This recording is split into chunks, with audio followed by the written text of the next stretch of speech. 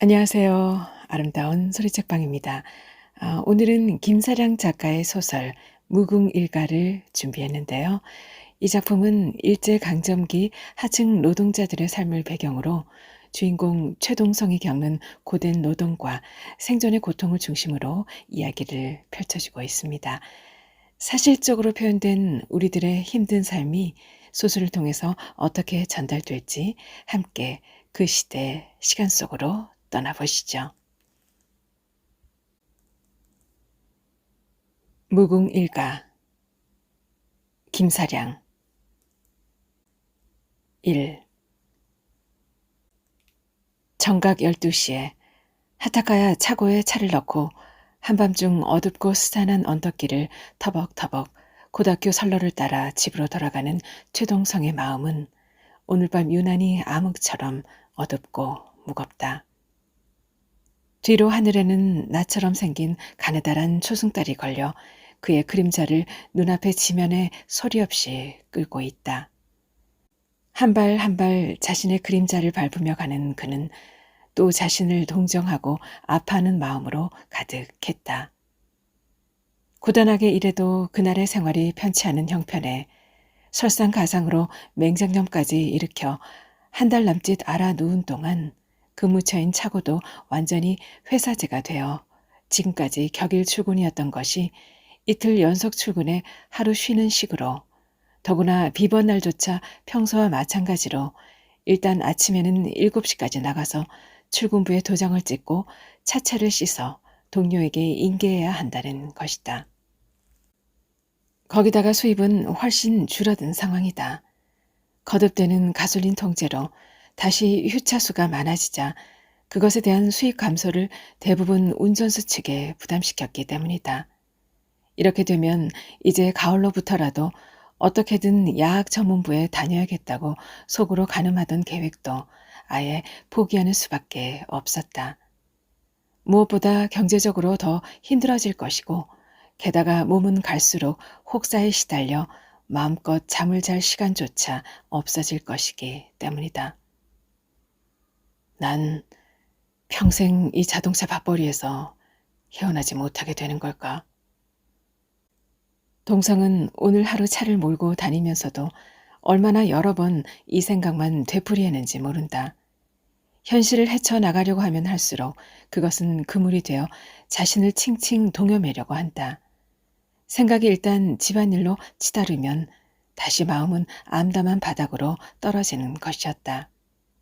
알코올 중독인 아버지, 5, 6개월이나 밀린 집세와 4개월분의 전기료, 돈이 모자라 외상으로 남겨둔 수술비 등 생각을 다른 데로 돌려야겠다고 애써 채찍질하는 마음도 헛속으로 돌아가고 눈앞조차 흐릿하게 어지러워지기도 했다. 손님을 태웠다는 것도 어디를 향해 가고 있는 건지도 의식 깊은 속에서 또렷하게 떠오르지 않았다. 큰일 날 친구군. 지금 거기서 왼쪽으로 돌아야지. 그는 손님에게 불쾌한 호통을 듣고서야 비로소 퍼뜩 정신을 차리고 브레이크를 밟았다.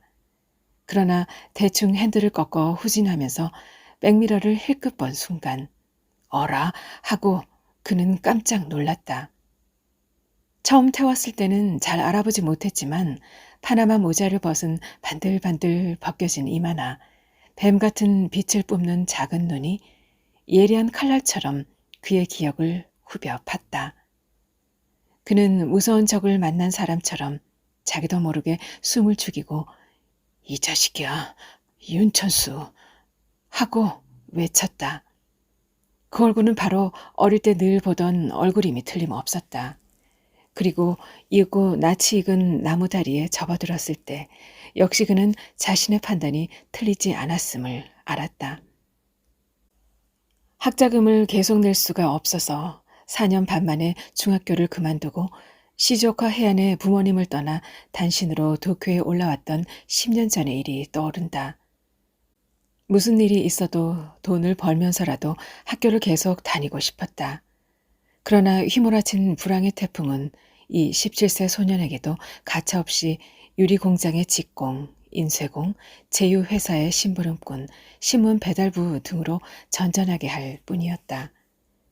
몇 푼의 돈과 학교에 갈 시간이 간절할 때 힘든 노동에 신음하는 그의 허약한 다리가 몇 번이나 이 나무 다리를 건너려고 했던가. 그냥 다리를 건너 이 남자의 저택문을 두드리기만 하면 아버지에 대한 은혜를 생각해서라도 유는 자신에게 틀림없이 좋은 길을 열어줄 것임이 분명하다고 믿었다. 지금의 윤천수는 거액의 부를 쌓아 이 부근의 대저택을 갖고 내지 주제의 명사들과도 폭넓게 교류하고 있었다. 그러나 근원을 따지자면 느주마에 살던 젊은 시절 윤천수는 그의 집에서 운영하던 합숙소에서 실로 여러 가지로 신세를 지던 일개 노무자에 지나지 않았다.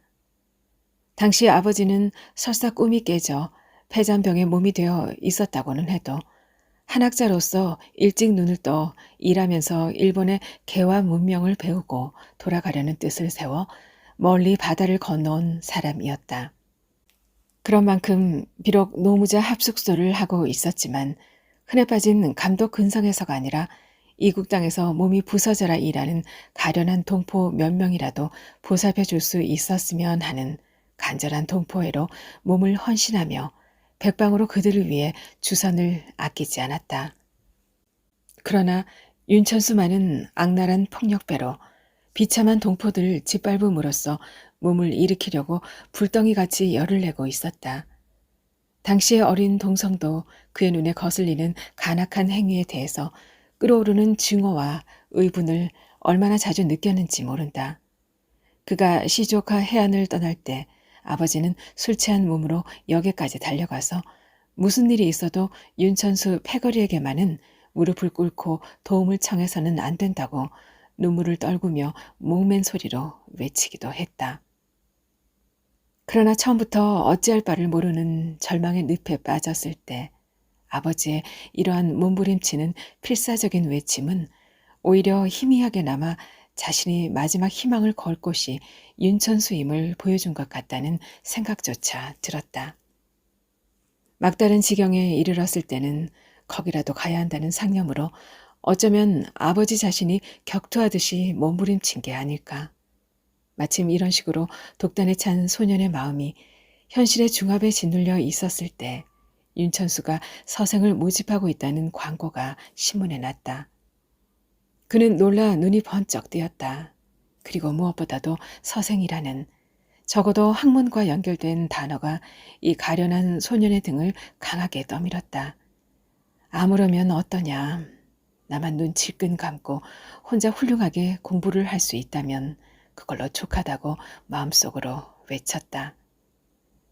그렇게 그는 자신의 앞날이 환하게 뚫린 것처럼 온몸에 좀이 쑤시는 듯한 흥분 속에서 다리를 건너 이 길로 뛰어왔다. 그러나 역시 그는 보기 좋게 들고양이처럼 어이없게도 이런 지하에 문전박대를 당했던 것이다. 돌로 만든 위풍당당한 현관 옆에는 험악한 얼굴을 한 내진 남자 하나가 우뚝 서 있었는데 얼굴을 힐끗 보기만 하고는 조선인을 쓰는 게 아니라며 문턱에조차 들여보내주지 않았다. 동성은 한마디도 하지 못하고 넘어지듯 쫓겨났던 것이다. 그때 일을 생각하면 가슴에서 불길이 치솟을 것 같다. 동성은 마치 불타오르는 기둥처럼 굳어져서 백미러 안에 얼굴을 분노의 불길을 뿜으며 노려보았다. 순간 이 저택이지 하는 생각과 동시에 그는 갑자기 브레이크를 걸어 차를 세웠고 손님은 이상하다는 듯이 힐끗 한번 돌아보고 나서 옛날과 하나도 변하지 않은 대문 안으로 어깨를 으쓱거리며 들어갔다. 그와 상념이 여기까지 미쳤을 때 동생은 문득 놀란 듯이 얼른 뒤쪽으로 뛰어갔다. 어느새 자신은 고등학교 선로를 넘으려고 하고 있다. 철길 건널목의 경계벨 소리가 아까부터 찌릉찌릉 요란하게 울리고 있건만 그제서야 그 소리가 들려왔던 것이다. 그때 눈 깜짝할 사이에 휑 하고 바람을 일으키면서 그의 옆으로 고다 하라행 막차가 요란한 소리를 내며 지나갔다. 그는 한동안 넋이 빠진 사람처럼 망연자실하여 멀리 달려가는 전차의 환한 그림자를 바라보고 있었다. 그러나 다시 고개를 축 늘어뜨리고 철길을 건너 왼쪽으로 굽어져서 얼마 안 간 선로 옆에 있는 길게 지어진 건물의 어두운 현관 하나를 향해 걸어갔다. 죽음 같은 정적 속에서 덜커덩 소리를 내는 문을 비틀어 열고 들어갔지만 집안이 오늘 밤엔 이상하게도 캄캄하다. 누구냐? 동성이냐? 는 늘 들리던 어머니의 잠에서 깬 목소리도 들리지 않는다. 어쩐 일일까? 이상하게 조용하다 싶으면서도 그는 현관문을 닫고 신발 벗는 곳에 털썩 주저앉았다. 피로가 한꺼번에 몰려오는 듯 구두 끝을 푸는 손마저 이상하게 나른했다. 동성이냐? 하며 안쪽 장지문을 가만히 열고 숨을 죽여 소곤거리는 듯한 풀죽은 소리로 하얀 옷을 입은 어머니가 그의 옆으로 나타났다. 지금 오는 거냐? 몸도 약한데 이렇게 늦게까지. 근데 저 말이다. 뭔가 말하기 어려운 눈치였다. 또 난리가 났단다. 아버지가 오늘도 술에 취해 소동을 부렸지 뭐냐. 바로 그때 안쪽에서 하고 혼자말로 신음하는 아버지의 술 취한 소리가 들려오자 시끄러워요, 당신. 하고 어머니는 사납게 책망하듯이 돌아보며 외쳤다. 동성이가 들어왔다고요. 아버지도 갑자기 정신이 들면서 면목이 없었던가 보다. 죽은 듯이 목소리를 낮추더니 더 이상 끙끙대는 소리도 내지 않았다. 하나밖에 없는 기특한 자식이 앞에 있으면 곤드레로 취했을 때조차도 공연히 기가 죽는 그였다.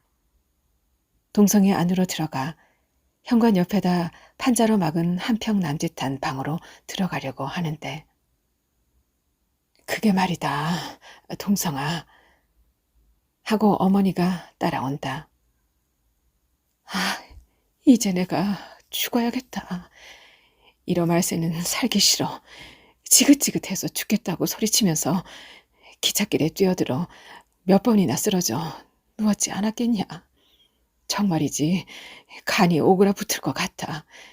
옆집 담배가게 영감이 가세해서 간신히 데리고 왔더니 이번에는 또 하고 목매인 소리가 됐다. 모조리 때려 부수겠다고 난리를 피우고 이렇게 캄캄하게 전기까지 망가뜨렸구나. 예, 알았다니까요. 동성은 지겹다는 듯 발음도 제대로 되지 않은 조선어로 중얼거렸다. 내지에서 태어나 자랐기 때문에 말을 떠듬거렸다. 아, 또 그랬구나 하고 원망스럽게 여기긴 하지만 아버지를 책망할 수 없을 정도로 생활에 지치고 지친 그였다. 내일은 또 일찍 나가야 해요. 6시에 깨워주세요. 6시에? 도대체 어떻게 된 거냐? 어머니는 누우려는 그의 몸을 받쳐주려는 듯 눕히고 이불을 덮어주었다. 이제 겨우 병원에서 나와 몸도 좋지 않은데 앞으로는 이틀 계속 나가게 됐어요. 그러냐? 규칙이 또 바뀐 게구나. 하나부터 10까지 규칙. 돈이나 더 주는 거라면. 그게... 동성아, 정말 큰일이다. 오늘도 전기회사에서 왔는데 내일은 꼭 떼가겠다고 겁을 잔뜩 주니.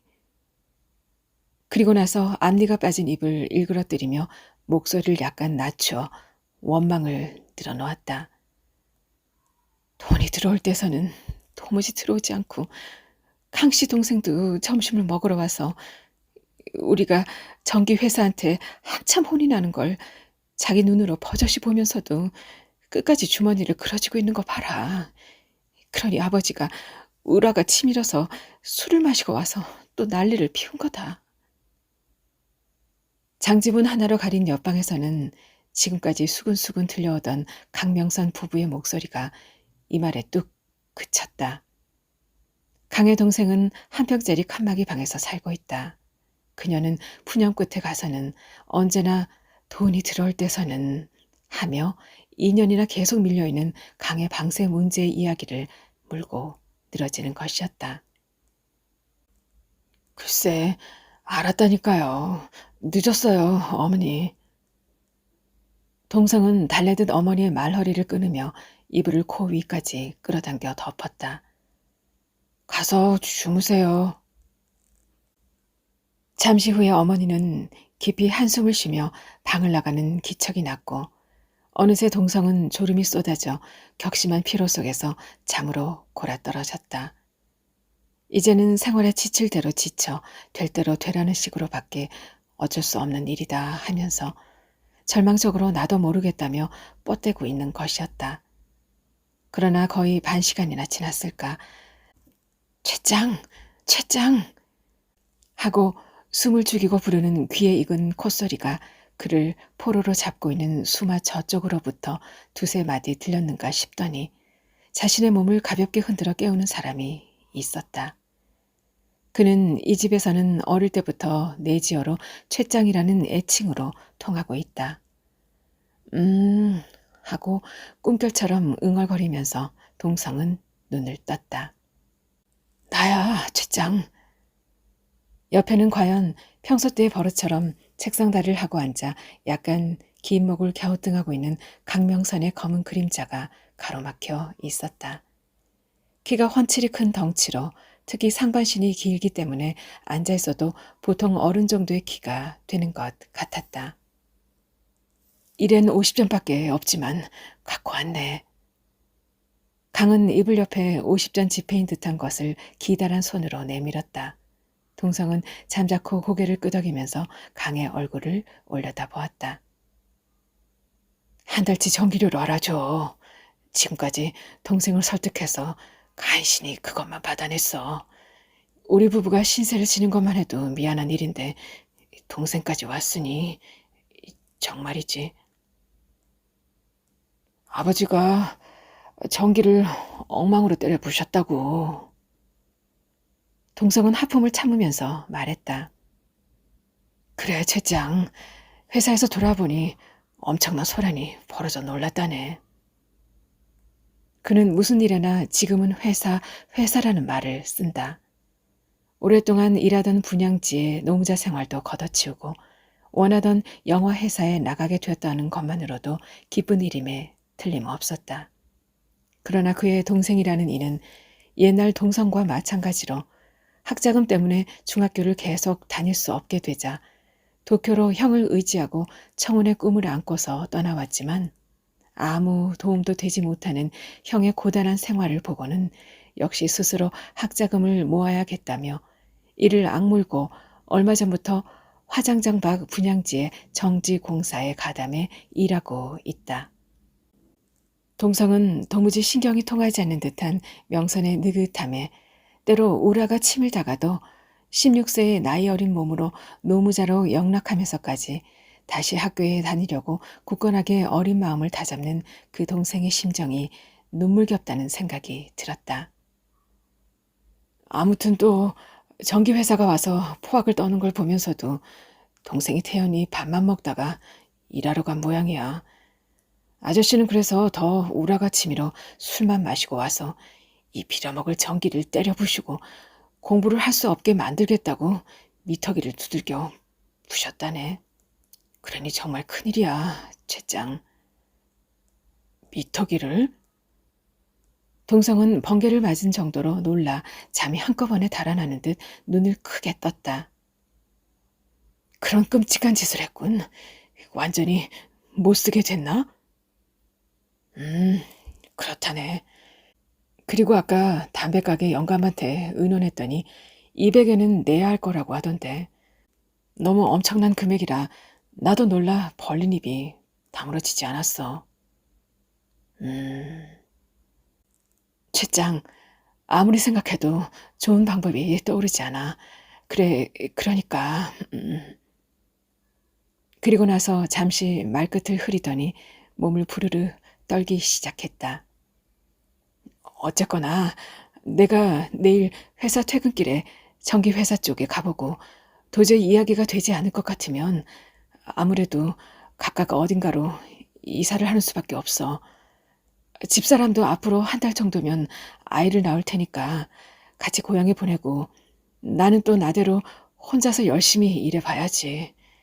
더 이상 신세를 지게 되면 채장에게 정말 면목이 없어. 어차피 나는 고생할 각오를 한 거니까 한 달에 25엔의 월급이지만 반밀이라도 또 찾아 어떻게 꾸려봐야지. 물론 강이 이렇게 말하는 것도 동성 일가를 마음으로부터 걱정인 것만은 분명하였다. 그러나 이런 식으로 괴로워하긴 하지만 실상은 혼자만 신이 나서 떠드는 이야기를 듣고 보니 동성은 은근히 이런 지경이 되니까 너희만 야가 빠지게 빠져나가겠냐는 거냐 싶어 서운한 심정이 되었다. 하지만 사실을 말하면 강명선이 이렇게 분명하게 직접 나서서 나가겠다고 해주는 것을 그는 오히려 고맙게 생각해야 했다. 도저히 이대로는 살아갈 수가 없다. 이렇게 서로가 점점 힘들어져서는 고통을 분담하기 위해서라도 두 가족이 같이 이 셋집을 떠나야 한다고 전부터 생각해오던 터였다. 사실 최일가에서 있어서 강일가는 조선의 속담이 말하는 설상가상의 부담이 없기 때문이었다. 하지만 이번에는 도저히 어쩔 수가 없다고 해서 좀 더 부담이 적은 집이든 방이든 찾아 나서려고 한다 해도 지금 같은 주택 시세로 더구나 조선인의 몸으로 보증금조차 없는 처지에서는 도무지 속수무책일 수밖에 없다. 아, 이 무슨 끔찍한 짓을 했단 말인가 하고 그는 답답한 마음으로 아무 말도 입에서 나오지 않아 눈만 허공에 부릅뜨고 있었다.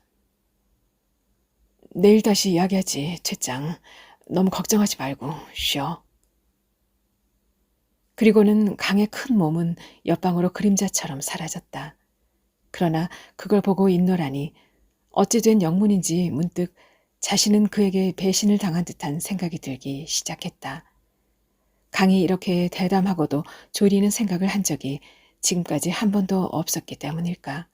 아니면 또 이런 걱정스러운 처지에서는 정신적으로라도 서로 같이 고통을 나누고 싶다. 도저히 혼자서는 짊어질 수가 없다는 위로의 마음에서일까? 몸 위로는 천근의 묵직한 물건이라도 올려놓은 듯 답답하고 자신의 풀죽은 모습, 오늘 차에서 있었던 일, 집에서의 사건 등이 바쁘게 주마등처럼 막막 앞으로 다가든다.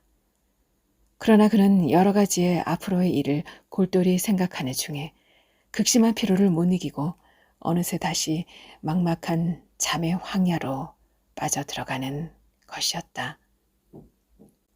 2. 다음날 아침 시경의 6, 어머니가 흔들어 깨우는 바람에 놀라 일어난 동성은 자기 방에서 안쪽 방을 지나 펌프물 쪽으로 나갔다. 강의 동생은 이미 일하러 나간 건지 그쪽 방은 깨끗하게 정리가 되어 있는데 안쪽 3평짜리 방 한 구석에는 이불을 둘둘 감은 채 아버지가 새우처럼 둥글게 누워 있었다. 우물가와 잇댄 부엌에서는 해산달이 가까운 강의 아내가 야윈 몸으로 터질 듯한 큰 배를 안고 이리저리 움직이고 있었다. 지금에서야 밥을 짓기 시작하고 있는 걸 보면 일하러 공장에 아침 일찍 나간 시동생에게 그녀는 오늘도 역시 아침밥을 해주지 않았을 것이다. 나이든 아버지는 동성이 부엌에 나타나 전기 미터기를 올려다보며 꼼짝도 하지 않는 걸 보더니 목을 움츠리고 이불 속으로 깊이 파고들면서 끙끙 신음했다. 미터기는 눈뜨고 볼 수 없을 정도로 박살이 나서 형태는 찌그러지고 유리는 깨져 없어지고 바늘은 어디론가 날아갔다. 이걸로는 아무데도 쓸 수 없을 터였다. 일종의 망령 때문이라고 해야 할지 매사에 떼쓰는 아이처럼 뭔가 저지르는 아버지가 동성은 말할 수 없이 밉기도 하고 애처롭기도 했다. 그는 묵묵히 방으로 들어가 밥상 앞에 조용히 앉았다. 그리고 울렁거리는 가슴속을 지그시 눌러 참으려는 듯 밥에 물을 말아 소리도 없이 먹었다. 그는 자신의 손이 희미하게 떨리고 있는 걸 느꼈다. 한동안 답답한 침묵이 방안을 짓눌렀다. 그러나 있는 대로 주눅이 들어 너무도 걱정스러워하는 노부모를 앞에 하고는 자신의 우울한 마음도 오히려 답답함을 견디다 못해 자칫하면 어이없이 무너질 것 같은 느낌이 드는 그였다. 당신도 일어나요. 어머니는 거칠게 재촉했다. 그러나 남편에게는 예절을 다해야 한다고 믿고 있는 그녀인 만큼 사실 그것도 그렇게 가시를 품은 정도가 아니라 젊고 불쌍한 아들에게 동정하여 어쩌면 약간은 꺼리고 있을 뿐이었다. 최노인 자신도 술주정이 도진 자신이 이 무슨 짓을 저질렀단 말인가 싶어 깊이 후회하는 마음으로 가득했다. 거북하게도 해석했지만 그는 뭐라고 두세 마디 더듬더듬 웅얼거리는가 싶더니 조심스럽게 이불 한쪽 끝을 들치고 그 틈으로 아들의 뒷모습을 가만히 내다보고 있었다. 나마려 어머니. 침울한 공기를 깨려는 듯이 동성은 입을 열었다. 묘하게 목이 메어 울음이 터질 것 같은 목소리다. 아침에 이상한 꿈을 꿨어요. 무슨 꿈이냐? 나쁜 꿈은 아니었겠지? 매사에 걱정이 많은 어머니는 얼굴부터 어두워지면서 물어온다. 고맙게도 몸만은 튼튼하고 마음도 비교적 유하게 태어나서 게다가 언제나 녹초가 되도록 지칠 대로 지쳐 잠이 드는 탓인지 그는 이상하게도 꿈을 꾸지 않는 체질이다. 그러나 그날 밤만은 꿈속에서도 뭔가 도움을 청하고 싶은 꿈의 세계를 헤매고 다니는 듯한 선잠을 잤다. 마치 깊이 잠든 자신 외에 또 하나의 다른 자신이 있기라도 하듯이. 그래서 그는 여전히 더듬거리는 조선어이긴 하지만 꿈 이야기를 애써 밝게 표현하려고 노력하며 아침결에 해변 둔치에 서 있었는데 하고 차분하게 이야기를 시작했다. 가슴을 활짝 열고 바다 쪽을 보고 있는데 보라색 구름 사이로 빨간 태양이 올라오는 꿈이었어요. 옛날에 아버지가 시조카 해변에서 합숙소를 했을 때 자주 놀러 가곤 하던데 비슷한 곳이었는데. 어머, 동성아, 그건... 어머니는 기쁜 듯이 얼굴이 밝게 빛났다. 옛날 같으면 그런 꿈을 꾼 사람은 반드시 출세한다고 했을 텐데 아무나 꿀 수 있는 꿈이 아니다. 안 그래요, 여보? 음, 그래. 그렇고 말고. 아버지는 이불 속에서 살짝 목을 내밀고는 애매한 소리로 웅얼웅얼 거렸다. 실은 그의 이 꿈에 대한 해석은 마누라와는 달랐다. 그의 생각에 의하면 꿈속에서 피 이외의 빨간색을 보는 건 금물이다. 그래서 그는 얼버무렸던 것이다. 길몽이구나. 분명히 길몽일 거다. 당신은 또 무슨 바보 같은 소리를 하려는 거예요? 어머니는 아버지를 질책한다. 그러나 그녀는 이내 눈물을 글썽인다. 기쁜 일이든 슬픈 일이든 무슨 일에나 아들에 관해서만은 까닭없이 눈물이 흔해지는 것이었다. 그건 분명 앞으로 내가 출세한다는 징조다. 열심히 해야 한다. 정말로 내가 자동차를 그만두고 위험하지 않은 다른 일을 하는 걸 보고 죽었으면 그래, 분명 좋은 일이 있을 거다. 또 우네. 아버지는 비난하듯 말했다. 그는 아들의 이 꿈을 어떻게 해석하면 좋을지 지금 그것만이 머릿속에 가득했다. 어젯밤에도 내가 목욕탕에 가서 씻고 있는데 젊은 색시가 욕조에서 뛰어나오더니 조선 할머니 아니십니까? 이국 땅에서 얼마나 고생이 많으시냐고 하는 거야. 근처에 사는 유학생이 분명해. 그런 친절한 색시를 며느리로 맡고 싶구나. 식구는 몇이시냐? 온돌이 없어서 겨울에는 노인들이 힘들 거라며 뭘 해서 먹고 사시느냐 이것저것 묻더라만 난 내가 자동차 운전수를 하고 있다는 말이 도저히 입에서 나오질 않아. 아들이 회사에 다닌다고 했다. 그러면 그녀는 또 눈물을 글썽이며 웃었다. 그러고 보니 나 있는데도 앞으로는 회사가 된다고 하대요. 하며 동성도 입가에 쓴웃음을 지었다. 그러니까 어엿한 회사원이 되는걸요. 아무리 그런 데가 회사가 된데도 내가 자동차를 운전하는 동안은 나는 밤에도 조마조마해서 잠이 오질 않는다. 아버지도 좀 얌전히 있어주면 좋으련만 어제는 또 아참 빨리 출근해야지. 동성은 오히려 아버지가 불쌍해져서 어머니 말이 끝나기도 전에 벽시계를 보면서 일어섰다.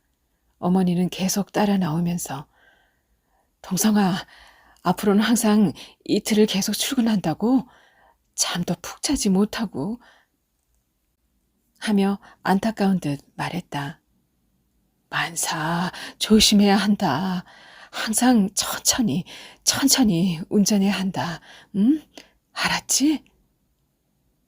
문 앞에 서서 멀리까지 아들을 배웅하는 어머니의 눈을 등으로 느끼면서 동성은 다시 건널목을 넘어 아침 근무를 나가는 것이었다. 이른 아침 공기는 상쾌하다. 새롭게 깔아놓는 분향지의 자갈길을 걷고 있는데 덜거덕 덜거덕 하는 거친 소리가 잠이 부족해 흐릿한 머릿속까지 울려오는 듯한 느낌이 든다. 그러나 그의 발은 평소보다 더 무거웠다.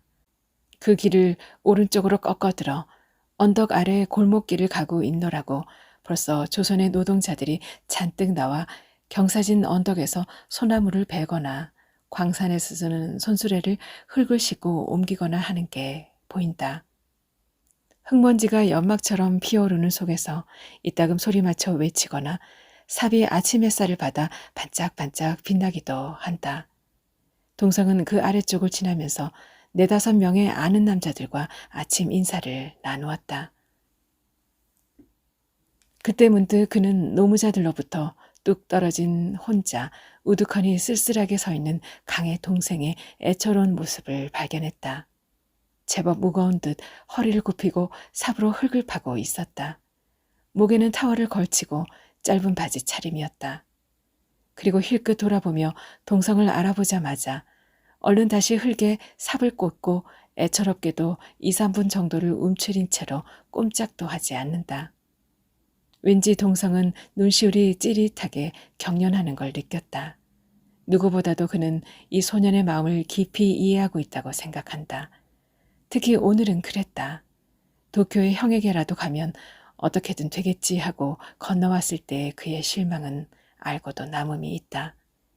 형 부부의 비참한 생활을 보고는 자기만이라도 절대 그렇게는 되지 않겠다고, 그렇게는 안 되겠다고 학자금을 모으기 위해 뼈도 굳지 않은 어린 나이에 노무자가 되어 있었다.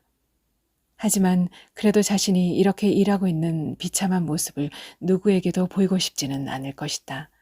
동성도 얼굴을 돌리고 일부러 보지 않으려고 하면서 덤불이 무성한 지름길을 가로질러 하타가야 쪽으로 발걸음을 재촉했다. 그는 오히려 이 소년의 지금 심정을 소중하게 여겨줘야 한다고, 그 마음을 깊게 새겨 키워나가야 한다는 생각을 하는 것이다. 자신은 너무도 부모에 대해서나 다른 사람 속으로 머리를 파고들어 오히려 자신조차 발버둥질 칠 수도 없어진 게 아닐까. 아버지도 그렇고 어머니도 그랬다. 사람이 좋아서라고 할지 외골시라고나 할지 의협심이나 동포에 지나치게 집착한 나머지 아들인 나를 중학교 하나 제대로 졸업시키지 못한 게 아닐까. 굳세게 살아라. 굳세게 살아. 하고 안타깝게 자신의 마음을 책망하는 동시에 그는 소년을 거세게 끌어안고 싶은 마음으로 가득 차서 소리 없이 외치고 있었다. 주변은 상관하지 말고 앞만 보고 나가라. 3. 동성이 차고 쪽으로 나가자 최 노인은 이불 속에서 슬금슬금 기어나와 구석에 있던 석유 상자 옆으로 가서 앉았다. 그리고 상자 안에서 종이를 꺼내 붓을 들고 잠시 뭔가 생각에 골몰했다. 멀리까지 아들을 배웅하고 나서 방으로 돌아온 늙은 아내는 이상한 얼굴로 물었다. 또 왜 그래요? 채장 방에 가서 빨간 잉크 가져와. 그는 위험을 가장하며 명령했다. 나쁜 꿈을 꾸지 않도록 부적을 써둬야겠으니. 당치도 않아요. 당신 나쁜 꿈이 아니라고요. 갖고 와. 알지도 못하면서 빨리 갖고 오라니까. 심상치 않은 서슬에 노파가 허둥지둥 달려가서 빨간 잉크병을 들고 오자 그는 거기에 천천히 붓을 적시기 시작했다. 알코올 중독이 되고 나서는 붓을 드는 손길도 떨렸지만 아들을 생각하는 마음이 그래도 예전에 글 쓰는 버릇을 나오게 했던 것이다. 그는 거기서 종이에 뭔가를 쓰고는 비틀비틀 일어나 동성의 방에 종이 쪽지와 밥알을 들고 들어갔다. 뒤에서 문을 닫더니 그 자리에 멍하니 서서 방 안을 물끄러미 둘러보았다. 오른쪽에 놓인 작은 책장에는 쇳장에 모아둔 책이 가득 세워져 있다. 그는 새삼스럽게 아들놈이 아주 기특하군 하고 조용히 고개를 끄덕였다. 책장 위쪽 벽에는 동성이 3년 전 태어나서 처음으로 조선에 들어가 사온 분홍색 아름다운 꽃으로 메우듯 자수를 놓은 조선 강산 액자가 걸려 있다. 그는 그 앞에 서더니 공손히 손을 합장하고 절했다. 정면 벽 쪽에는 이름이 뭔지 모르는 수염도 멋진 서양 노인 사진이 붙어 있다. 그는 그 사진을 향해서는 노골적으로 경멸의 빛을 드러냈다. 그러나 그건 제쳐두고 다시 돌아보니 자신이 이따금씩 아들이 없는 동안 살그머니 들어와서 여기저기 붙여놓았던 종이 쪽지가 하나도 남김없이 없어졌다. 그래서 그는 모든 게 아들을 만족시키지 못한 걸까 하고 깊고 깊은 슬픔에 빠졌다. 그런데 고개를 돌려 문 있는 쪽 구석을 올려다보니 거기는 불과 2, 3일 전에 써붙인 어떤 오래된 사람의 시 하나만이 떼어지지 않고 남아 있었다.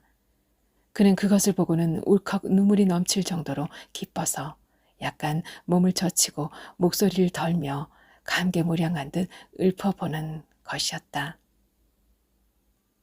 젊어서 공부하지 않으면 청춘 불습시 설에 머리에 서리가 내릴 때 얼마나 한이 되는가. 상락투변한 내하. 잠시 후에 그는 조용히 그 의기하고 속으로 중얼거렸다. 그리고 나서 이내 그래, 이 부적은 문짝에 붙여야 목마의 침입을 막는데 더없이 좋겠다는 생각을 하고 그 자리에 주저앉아 문짝 위에 밥알을 눌러 단단히 붙였다. 거기에는 빨간 글자로 다음 두 구절이 씌어 있었다. 난몽 극흉 벽서 대길. 말하는 바의 의미는 매우 완곡하고 또 조심스럽지만 난몽은 대단히 흉한 것이기 때문에 내 사랑하는 아들에게는 접근하지 말라. 그러나 내가 이렇게 붉은 글자로 벽에 써두는 이상은 너도 접근하지 못하고 크게 행운이 찾아온다. 아, 이걸로 나는 이제 안심이다. 안심이다. 라는 내용이다. 그는 한동안 그것을 기도하듯이 바라보다가 이윽고 진짜로 안심이 되는 것 같아 방을 살짝 빠져나오더니 아내에게 다가가 말했다. 임자, 40전만. 하고 손가락 4개를 펼쳐 보인다. 어젯밤에 그렇게 난리를 피우고도 또 정신 못 차리고. 역시 아내는 딴청을 했다. 오늘은 또 아침부터. 아니야.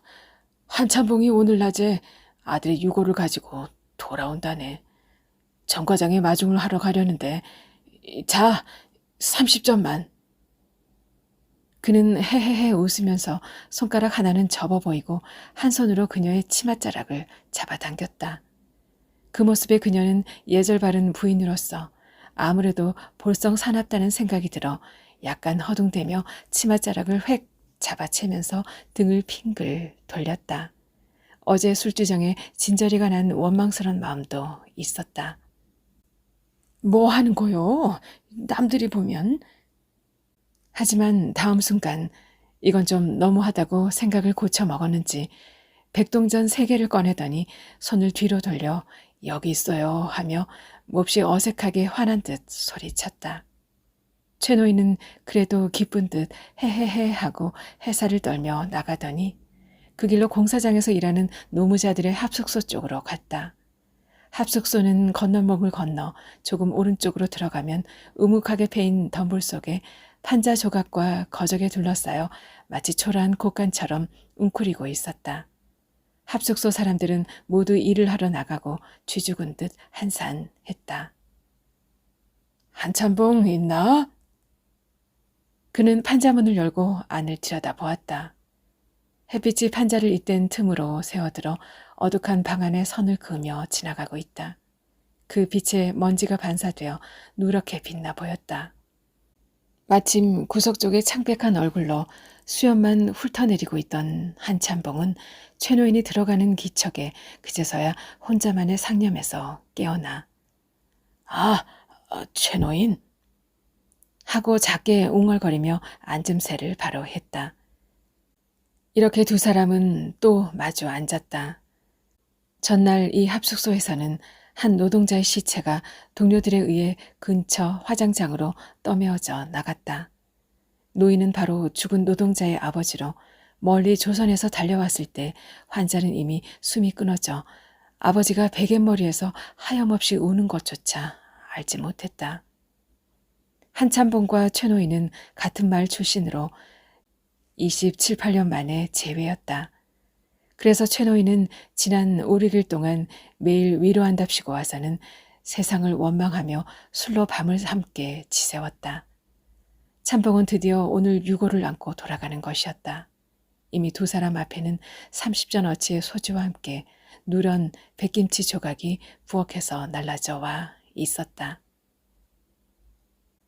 첫째, 나 같은 사람은 모르겠지만 신사상을 배우겠다고 스미토모의 인부 모집에 응해 건너온 것이 애당초 몸을 망치는 틀려먹은 일이었다니까. 최 노인은 잔을 손에 들고 속마음을 털어놓았다. 새로운 시대를 여는 힘찬 여명이 마을에도 파고들어 이에 처지지 않으려면 이래서는 안 되겠다고 조선인들도 신지식 하며 상투를 자르며 떠들고 다니던 무렵의 일이 바로 어제 일처럼 떠오른다.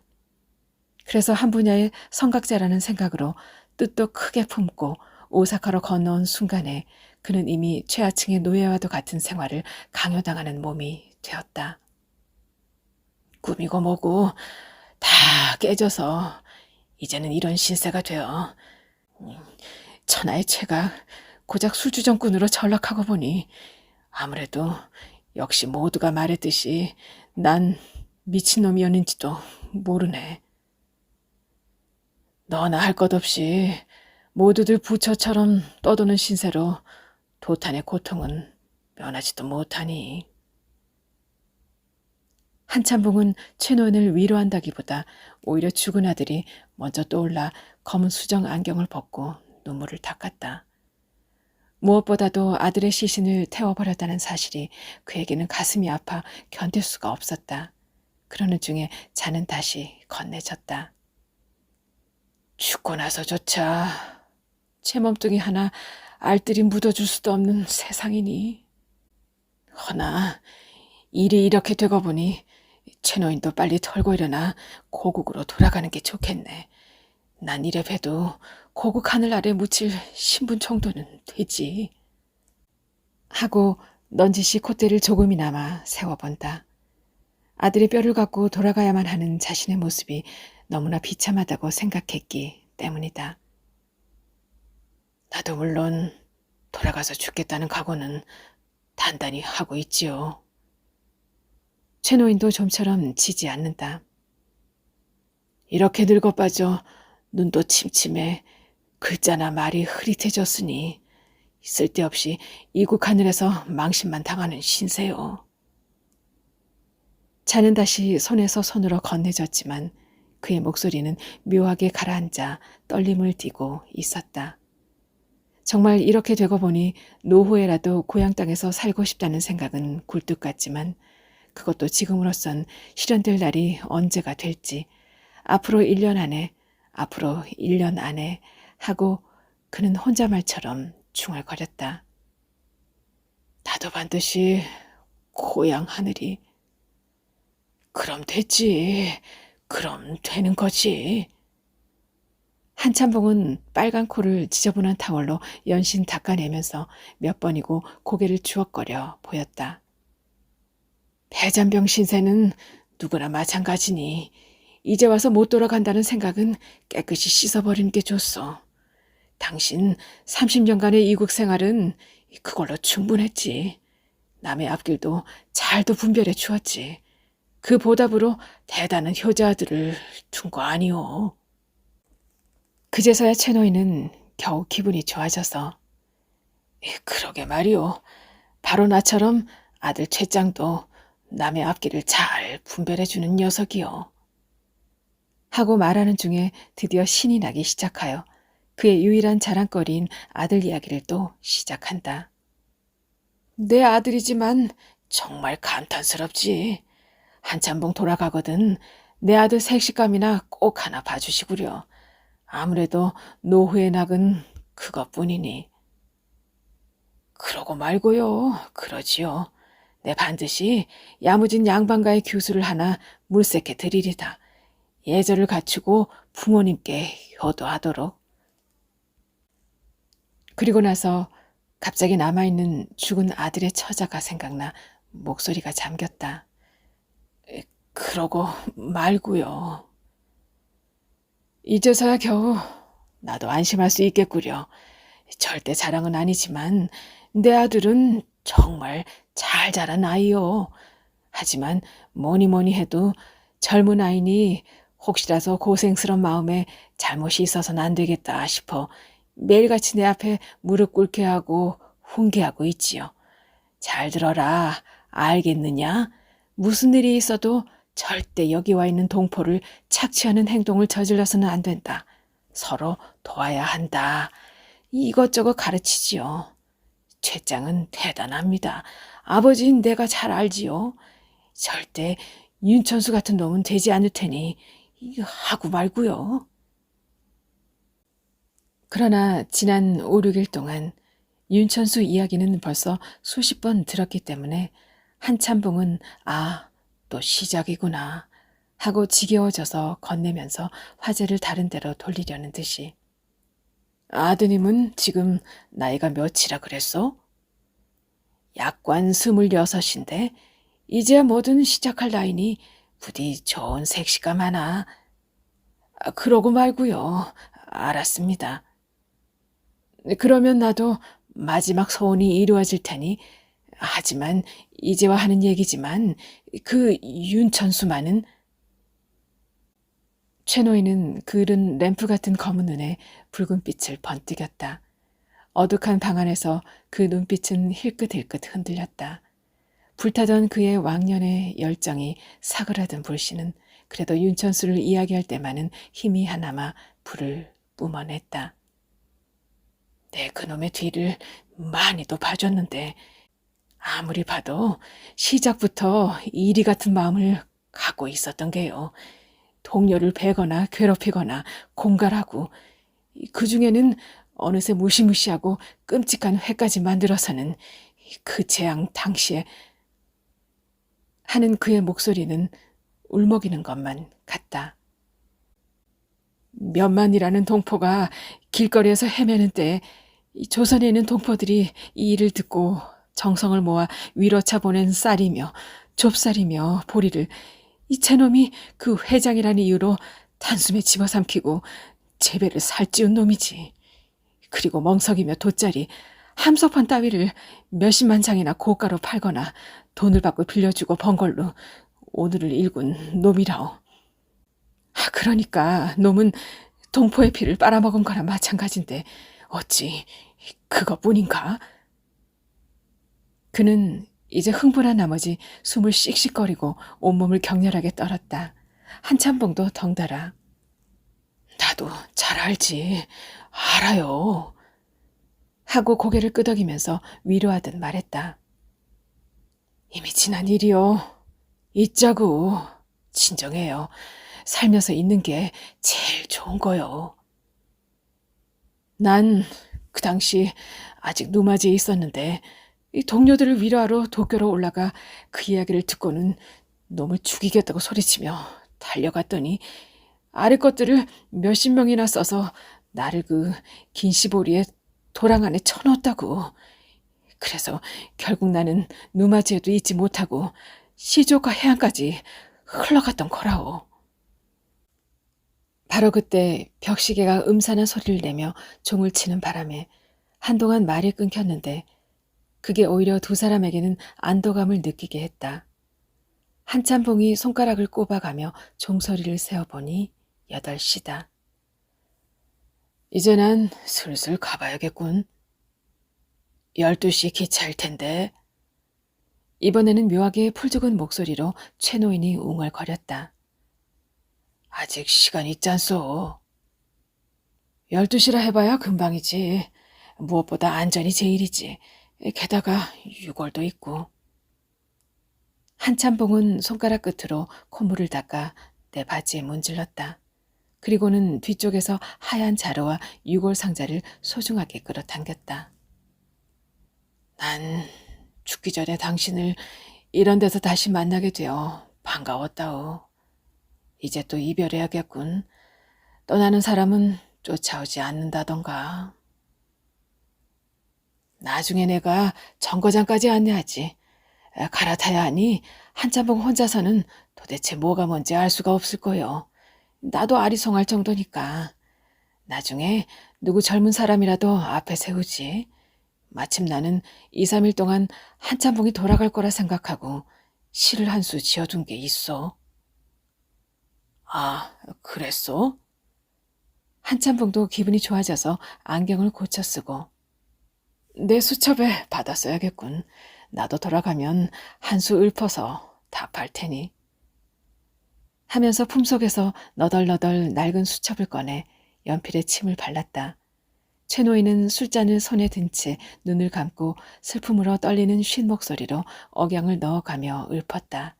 간혹 눈물을 닦기도 하고 목소리가 잠겨 울먹이기도 하면서 만작동유 별유천 갓난새로 촉산천 난일 홍하의 구세 여창백발이 쇠년 부국귀청 천리회 이방별루 일준전 임기관계 하장증 다취유조 결후연 할 일 없이 동쪽으로 유람하니 별천지로다. 험난한 세상은 청나라 산청 같고 봄날 붉은 꽃은 옛날과 다름없건만 나그네 백발을 보니 벌써 노년이구나. 고향으로 돌아가는 길은 천리밖인데 낯선 나라에서 한 잔 술을 놓고 이별의 눈물 흘리네. 헤어지는 슬픔을 무엇으로 표시하리. 버드나무 가지 꺾어 뒷날 인연을 기약해 보내. 4. 바로 그날 해걸음도 많이 기울기 시작했을 무렵에 아카사카 사노 S호텔 4층이다. 누추한 옷을 입은 강명선의 볼품없이 기다란 모습이 붉은 양탄자가 깔끔하게 깔린 어둑한 복도를 비틀거리듯 돌아다니고 있었다.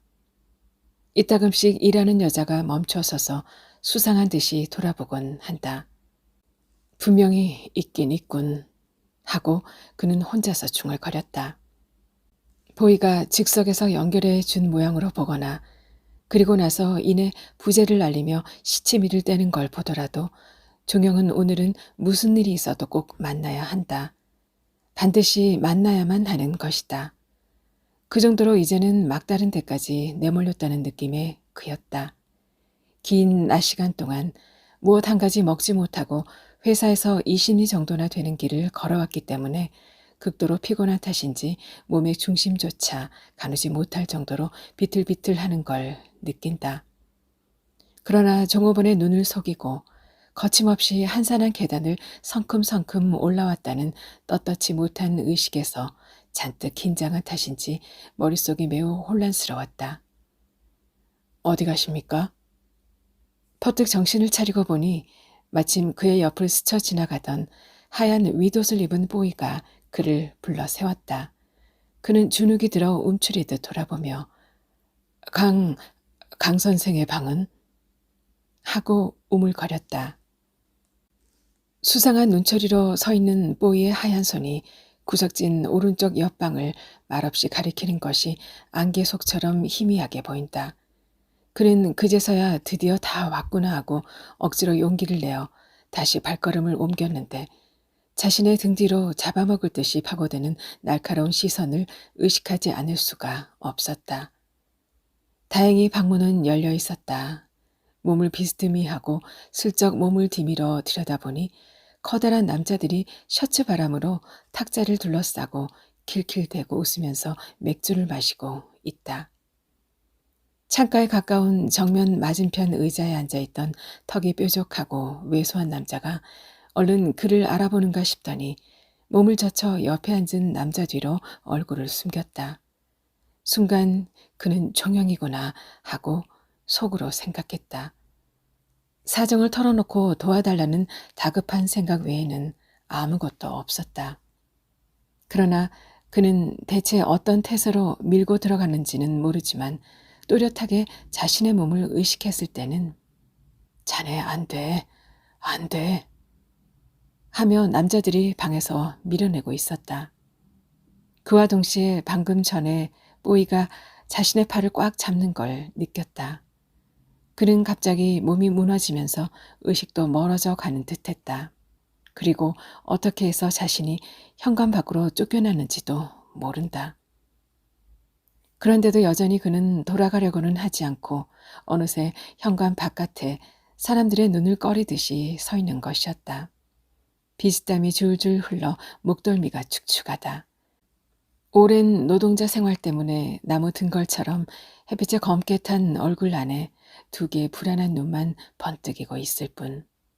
차는 쉴 새 없이 들어왔다 나가고 모여드는 여러 가지 상념을 쫓아내려는 듯 가솔린 연기를 내뿜으며 폭음과 함께 사라진다. 하는 수 없이 오늘은 나오는 걸 기다려서라도 만나 매달려 보겠다고 기다리고 있는 것이다. 종영은 어째서 나를 만나 주려고조차 하지 않는 걸까? 지난 2년간 내 불운의 원인을 만든 사람은 다름 아닌 바로 종영 자신이 아니었던가. 생각해보면 이 산호 S호텔도 자신과 깊은 인연이 아주 없는 것도 아니다. 오히려 생각하기에 따라서는 그날 밤의 만찬이 자신의 전도를 망쳤다고도 할 수 있지 않은가. 어쨌거나 그 당시 그는 미술학교를 나왔지만 직업이 없이 먹고 살 수가 없었기 때문에 어떤 친구의 주선으로 조그만 회사에 근무했다.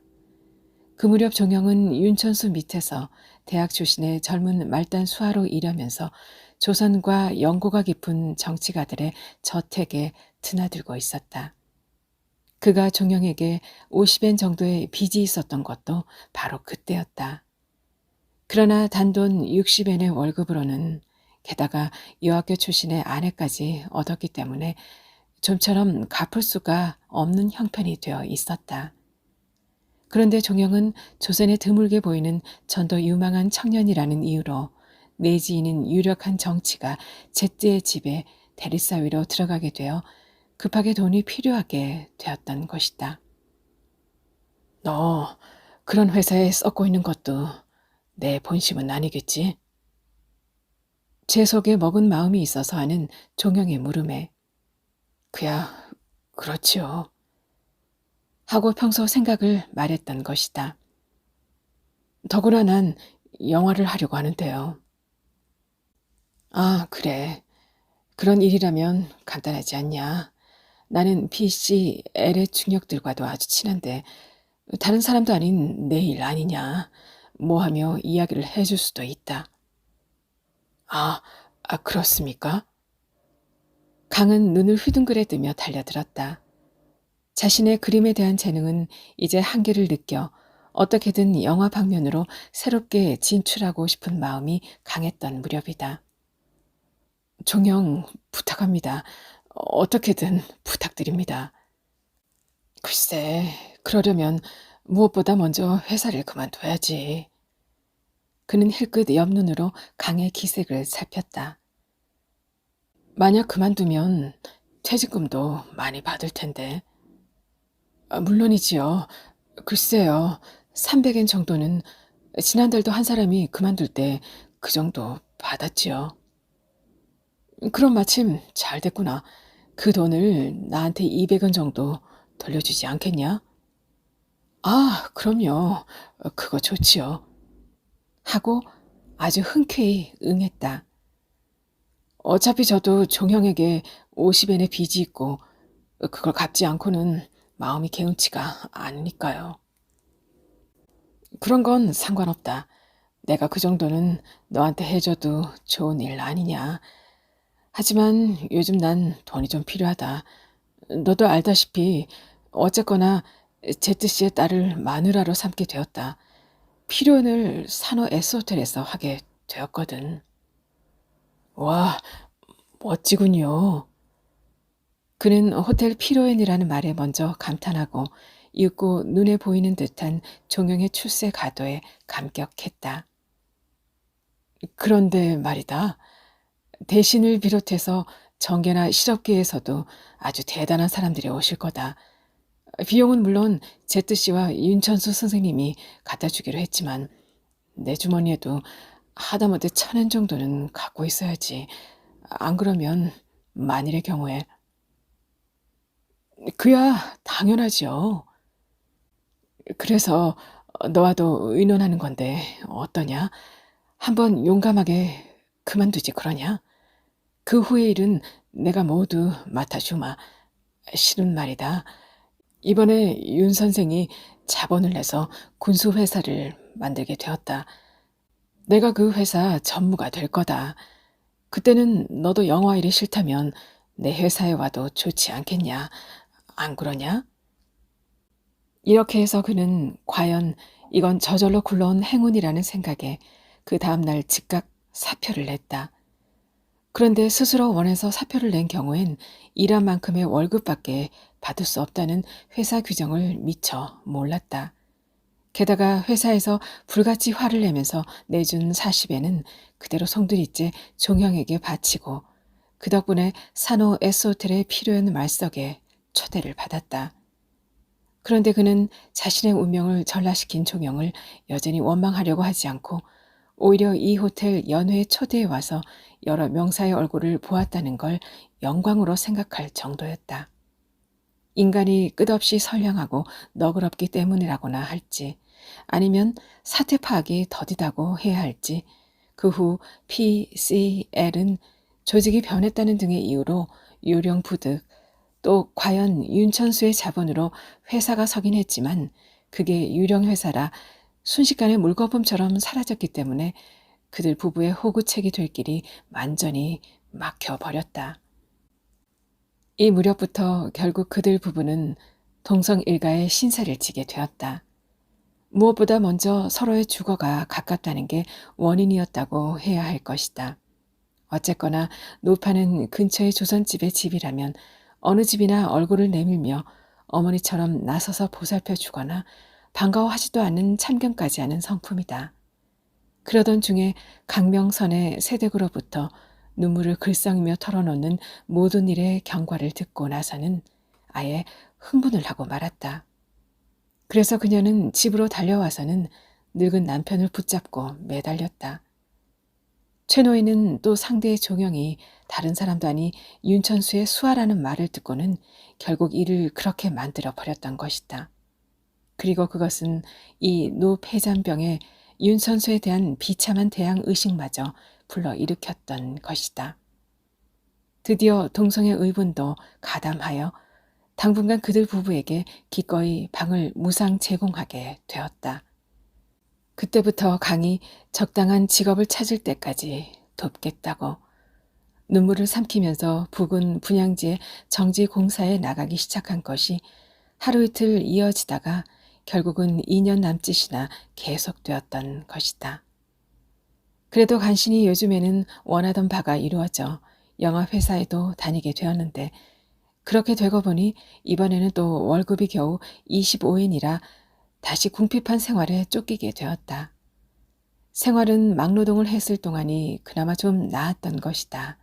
그러나 천성이 속없이 물러터진 데다 사료가 모자란 마누라의 바가지에도 좌우되어 동성 일가의 호의에 대해 눈을 감고 어차피 신세진 이상 어쩔 수 없다며 얼굴 가죽도 두껍게 일관하고 있었다.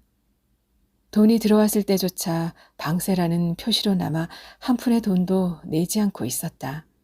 그런데 사변 이후는 동성의 수입도 갈수록 줄어가는 형편이라 방을 언제까지고 무상으로 제공하는 일은 점점 동성 일가의 생계에도 크게 영향을 미치게 되었다. 이렇게 되고 보니 최노인 부부의 마음도 편안하지만은 않게 되어 남의 은혜를 이용하는데도 정도가 있다며 차츰 비위에 거슬러지기 시작했던 것이다. 동성에게도 남을 무시한다는 심정이 그들에게 조금은 있었다. 하지만 지금은 아무리 방을 거저 빌려주는 데 대해 거북함을 느껴도 이미 방세를 갖고 왈가왈부할 정도의 상황이 아니게 되어 버렸다. 새로 들어와 살게 된 동생은 또 동성 일가에 대한 그들 부부의 태도에 복수라도 하듯 이기적이다. 이런 식으로 이제 그는 이 두 식구를 부양할 만한 하루의 끼니도 힘든 데다가 차비가 없어서 회사에도 걸어서 다니는 비참한 지경이었다. 게다가 마누라의 분만 일도 닥쳐서 앞으로 한 달 정도 후면 아이가 태어날 형편이다. 그러던 중에 지금까지 경성으로 돌아가 뭔가를 획책하고 있던 종영이 도쿄로 와서 이 호텔에 묵고 있다는 말을 듣고 더 이상은 견딜 수가 없다는 심정으로 종영의 인정에 매달려 보려고 했다. 그렇게 지난 사흘간 매일 쫓아왔지만 오늘 드디어 그런 지경까지 되어 버렸던 것이다. 그러나 그는 그것을 창피하게 여길 마음의 여유조차 없고 또 만나주지도 않은 밉살 맞은 종형을 원망하고 화를 낼 마음의 여유조차도 없었다. 무슨 일이 있어도 50엔 정도는 필요해. 그는 조용히 눈을 감으면서 중얼거렸다. 이 생각만 가슴에 가득했다. 50엔만 있으면 아이는 제대로 낳게 할 수가 있을 것 같고 또 아내를 처가로 돌려보낼 수도 있다. 고생은 각오하고 나선 일, 혼자가 되어 이번에야말로 돌을 씹어 가면서라도 어엿한 카메라맨이 되어야만 한다. 그렇다. 지금부터 새로운 스타트를 끊는 거야 하고 그 생각에만 골몰해 있다 보면 당장이라도 모든 일이 잘 될 것 같아 가슴이 설레었다. 그때 그의 어깨를 치는 사람이 있었다. 어라, 쫓아보내려는 뽀이가 아닐까 하고 흠칫 놀라 돌아보니 뜻밖에도 자동차를 옆에 세워놓고 있는 최동성이었다. 순간 안도하는 듯한 또 어쩐지 주눅이 드는 듯한 거북함에 바짝 마른 입가를 잠시 오물거렸다. 아니 최장, 손님을 태우고 온 거군. 동성은 묘하게 안절부절 못하는 명선의 얼굴을 이상한 듯 올려다 보았다. 강 씨는? 아, 저 회사 일로. 명선은 불쑥 또 그 회사라는 말버릇을 드러냈다. 사람을 기다리고 있는 거야. 나 방금 신주쿠 전기회사에 가서 사정을 해봤는데 소용없었어. 동성은 매우 어두운 목소리로 말했다. 아, 그래. 난 돌아가는 길에 들러가려고 했는데. 무시무시한 서술이더군. 그건 내가 도둑전기를 쓸 생각으로 망가뜨린 거지. 즉시 사람을 시켜 조사할 테니까 벌금과 변상금을 내라며 호통을 치던걸. 두 사람은 잠시 걱정스럽게 얼굴을 마주 보았다. 이렇게 되면 이제 채장 집을 비워주는 수밖에 없겠어. 강명선은 침을 꼴깍 삼키면서 말했다. 그러면 한 달이나 두 달 정도는 버텨나갈 수 있을 거야. 그 안에 피차 방이라도 옮겨야 하지 않겠나. 그래, 벌금도 내고 변상금도 내고 게다가 밀린 집세 몇 달치로 내야 하지. 어차피 마누라가 아이를 낳으면 아이와 같이 고향에 돌려보내고 나는 회사 가까운데 작은 방이나 찾아 동생하고 자취할 생각이야. 그런 방법도 있으니까 최장도 우리가 나오면 훨씬 짐이 가벼워질 테니 방을 빌리기라도 하면. 그건 그렇지만. 동성은 자신의 암담한 지금 심정과 반대로 강해 태평스러운 그리고 뻔뻔한 태도가 조금은 비위에 거슬렸기 때문에 안색이 달라졌다. 당신은 도대체 동생이 같이 있어 주겠다고 하고 그렇게 말하는 겐가? 그야 당연하지. 그래도 형제인데. 단지 마누라랑 동생이 서로 맞지 않을 뿐이야. 하지만 아주머니가 아이를 낳게 되면 당장 강 씨는 돈이 꽤 필요할 텐데. 강명선은 나도 사실은 그 일로 와 있다고 조금은 우쭐대보고 싶은 걸 억누르고 그건 그래 하고 다시 나온다. 하지만 우리 회사에도 특별히 임시부조법 같은 게 있을 게 분명해. 대충 좋은 회사들은 그러니까 말이야. 이런 식으로 참으로 난감한 이야기를 나누고 있을 때 마침 한 남자가 자신의 차에 타려는 것을 보고는 동성은 인사도 대충 하고 차 쪽으로 달려갔다. 이윽고 동성의 차가 미끄러지듯 사라지자 한동안 강명선은 망연자실한 심정으로 서 있었다. 자기 혼자만의 속셈을 어쨌거나 이렇게 혼자서 되는 대로 주워 섬기면 털어놓고 나니 정말로 그 말대로 되어줄 것 같은 위안을 느끼는 것이다. 특히 다음 순간 보스턴백을 든 보이드를 뒤에 거느리고 덩치가 큰 낯익은 남자들이 줄줄 현관으로 나타나 다가오는 것을 보았을 때 그는 환희의 감정에 숨이 막혀 눈을 부릅뜨고 입을 해 벌렸다. 방금 자신을 방에서 밀어낸 무리뿐 아니라 그 안에는 키 작은 종현까지 끼어 있었던 것이다. 그는 놀라 달려가서 등을 향하고 있는 가장 왜소한 남자에게 매달리듯 달려들며 커다란 덩치를 꾸벅 숙였다. 남자들과 보이들은 놀라 두 사람 사이를 에워싸듯 모여들었다. 종영, 접니다. 강명선입니다. 아까는 정말... 아, 자넨가? 종영은 낭패한 듯 얼른 돌아보았지만 강명선이 곧장 돌진해 오는데 완전히 기겁을 해서 남자들과 보이들을 쫓듯이 옆쪽으로 데리고 가면서 비명을 질렀다. 실은 나 아주 바쁘다네. 아, 그렇습니까? 강은 숨도 쉬지 않고 물었다. 경성으로 돌아가시는 겁니까? 다른 남자들이 이상한 듯 돌아보면서 옆으로 다가온 자동차 안으로 한 사람 두 사람 타고 갔다. 종영은 얼른 엉덩이 주머니에서 지갑을 꺼내더니 10엔짜리 한 장을 손에 쥐어주고는 뭐든 도움이 되었으면 좋겠군. 내던지듯 말하더니 잽싸게 차를 타고 그대로 출발시켰다. 가솔린 연기가 망연자실 서 있는 강명선의 온몸을 감쌌다.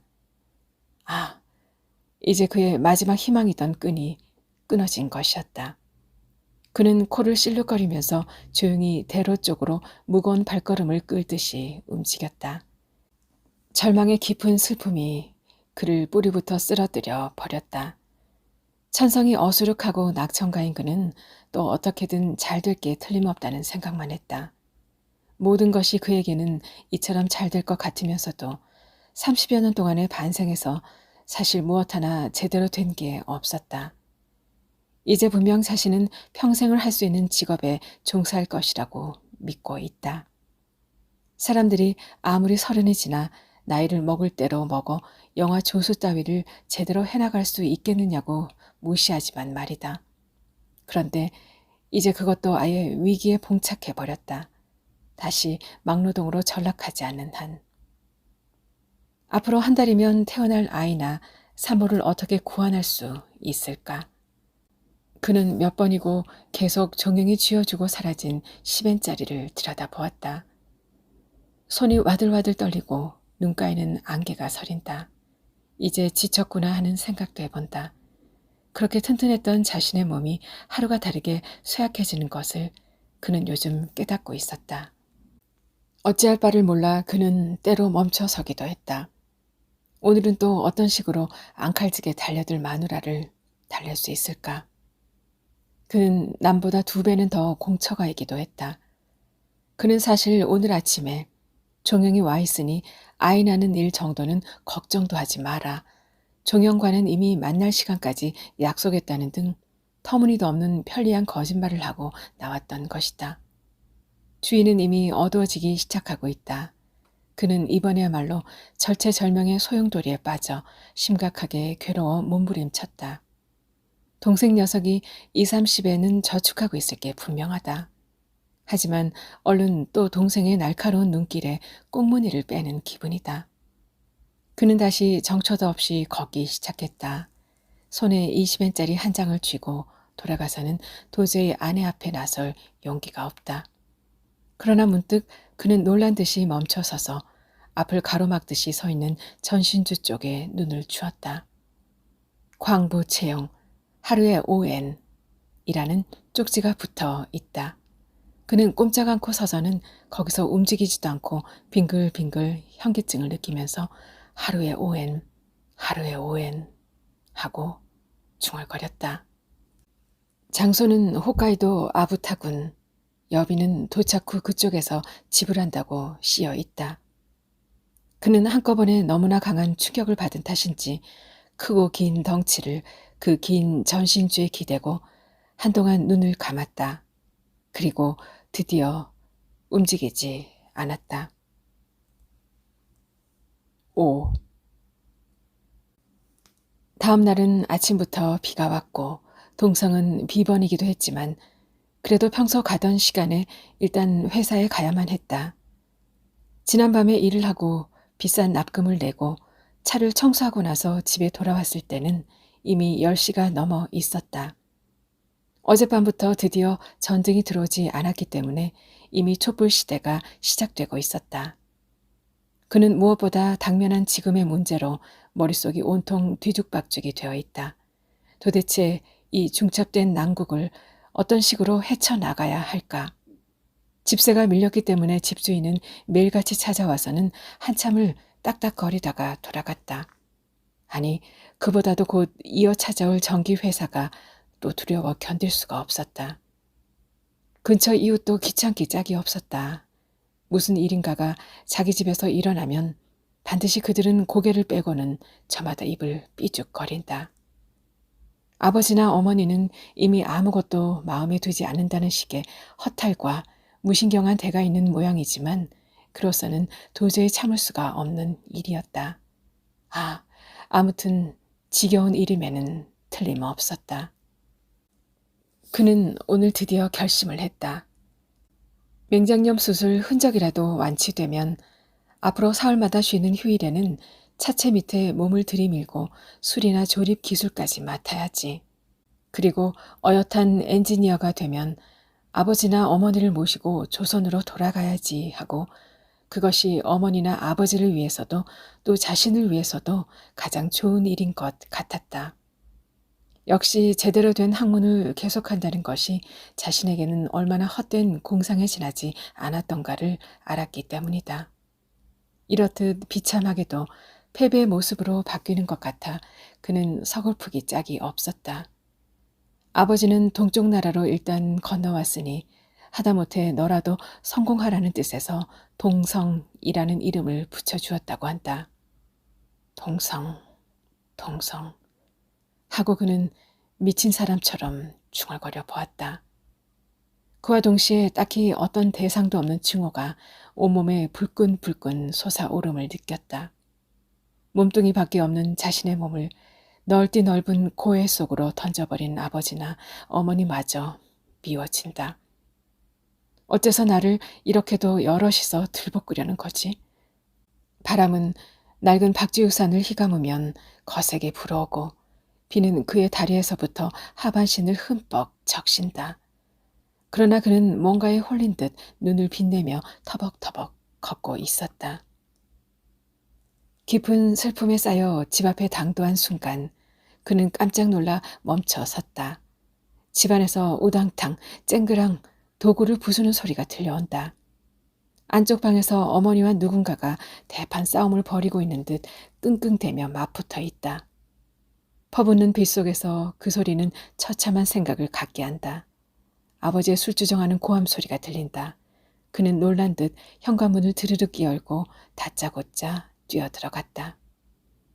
그러나 그는 장지문을 열자마자 그 자리에 우뚝 서고 말았다. 아버지가 부서진 커다란 그릇을 치켜들고 일어서서 분노의 불길에 휩싸여 소년을 때리려고 용을 쓰고 있었다. 소년은 치켜든 그 그릇에 필사적으로 매달려 허둥지둥 몸부림을 치면서 동성이 들어오는 걸 보더니 격렬하게 어깨를 꼬고 갑자기 엉엉 울기 시작했다. 어머니는 뒤에서 아버지를 꽉 껴안고 미친 사람처럼 헝클어진 머리칼을 흔들며 끙끙 뒤로 잡아당기면서 나를 때려요. 남의 아이를 때리지 말고 나를 때리라고 하고 외치고 있다. 동성아, 동성아 큰일 났다. 아버지 좀 잡아다오. 너 같은 놈은? 아버지는 뿌리치려고 발버둥질 치면서 입에 거품을 물고 혀도 제대로 돌아가지 않은 소리로 외쳤다. 의리 인정을 분별할 줄 모르는 놈은 짐승이야. 돼지다. 돼지. 내가 어째서 돼지요? 돼지라니.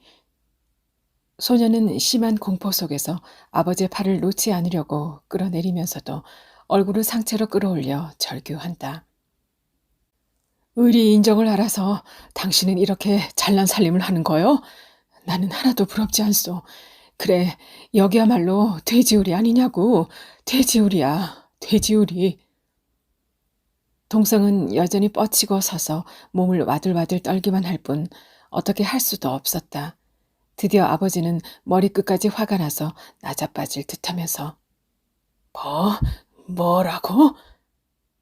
하며 팔을 뿌리치려고 기를 쓰지만 늙은 아내와 소년에게 단단히 잡혀서도 빙글빙글 돌며 비틀거리기만 할 뿐이었다. 나는 이렇게 가난하지만 한 번도 나쁜 짓을 한 기억도 없다. 나도 얼마든지 돈을 벌 수도 있었다. 그래, 하지만 나는 윤천수 같은 짐승과는 종류가 달라. 알겠냐? 내 놈은 윤천수의 누나를 후벼 파낼 정도로 지독한 놈이야.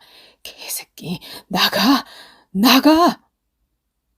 왜 이러세요, 아버지?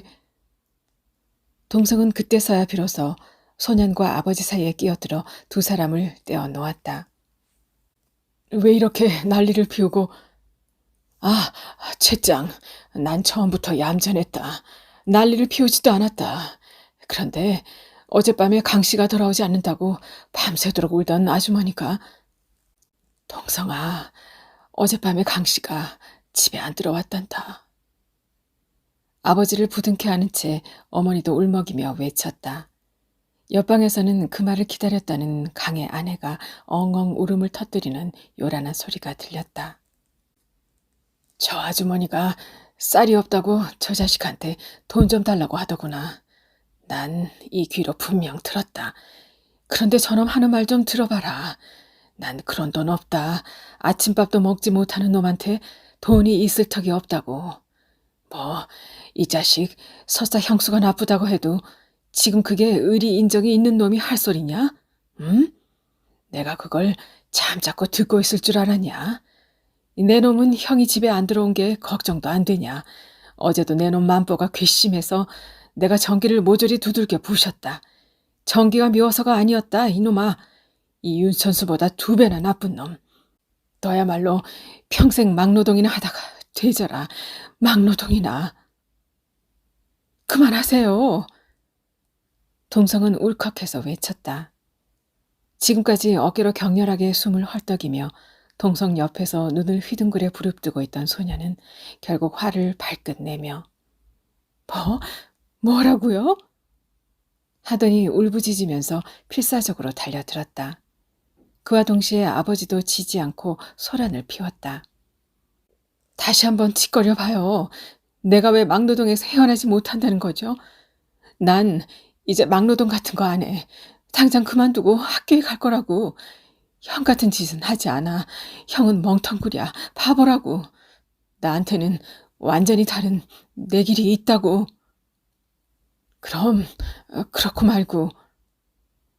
동성은 격렬하게 시근거리는 소년의 몸을 껴안고 외쳤다. 그것은 동성 자신의 절규이기도 했던 것이다. 멋지게 입신 출세를 해야지. 윤천수와는 질이 다르지. 거기에는 순간 격렬하게 마주 노려보는, 튕기며 소리라도 날 것 같은 절박한 긴장이 있었다. 가슴 가득 부글거리던 동성의 감정이 폭발했던 것이다. 아버지도 순간 그 기세에 눌린 듯 넋을 잃고 어둑한 방 안에서 자기 아들과 소년의 번뜩이는 네 개의 눈동자를 빤히 들여다봤다.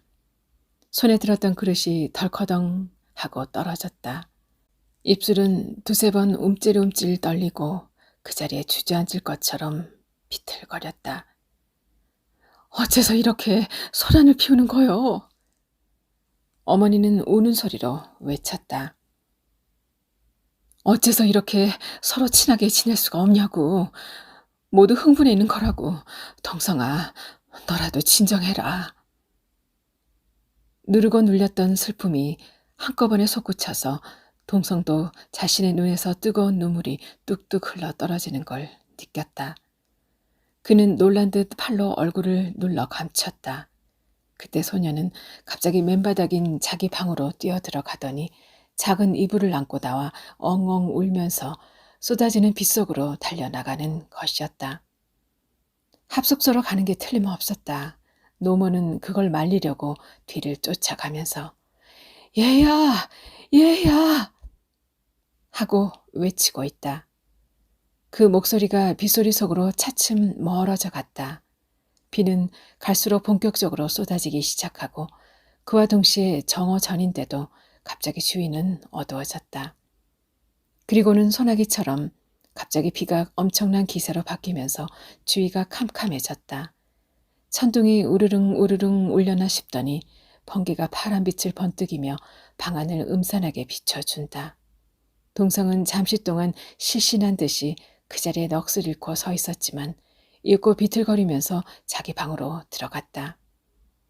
참을 수 없이 눈물이 솟아나와 견딜 수가 없었다. 제 길을 어째서 이렇게 눈물이 나오는 건지. 하지만 문을 열고 들어가려고 했을 때 뭔가가 부스럭하고 발끝에 닿은 듯한 느낌이 들었다. 그는 깜짝 놀라 멈춰서서 재빨리 그것을 집어들었다. 역시 예감대로 그것은 강에게서 자신 앞으로 온 편지 봉투였다. 순간 묘하게 들떠있던 어제 강의 얼굴이 스치듯 번뜩였다.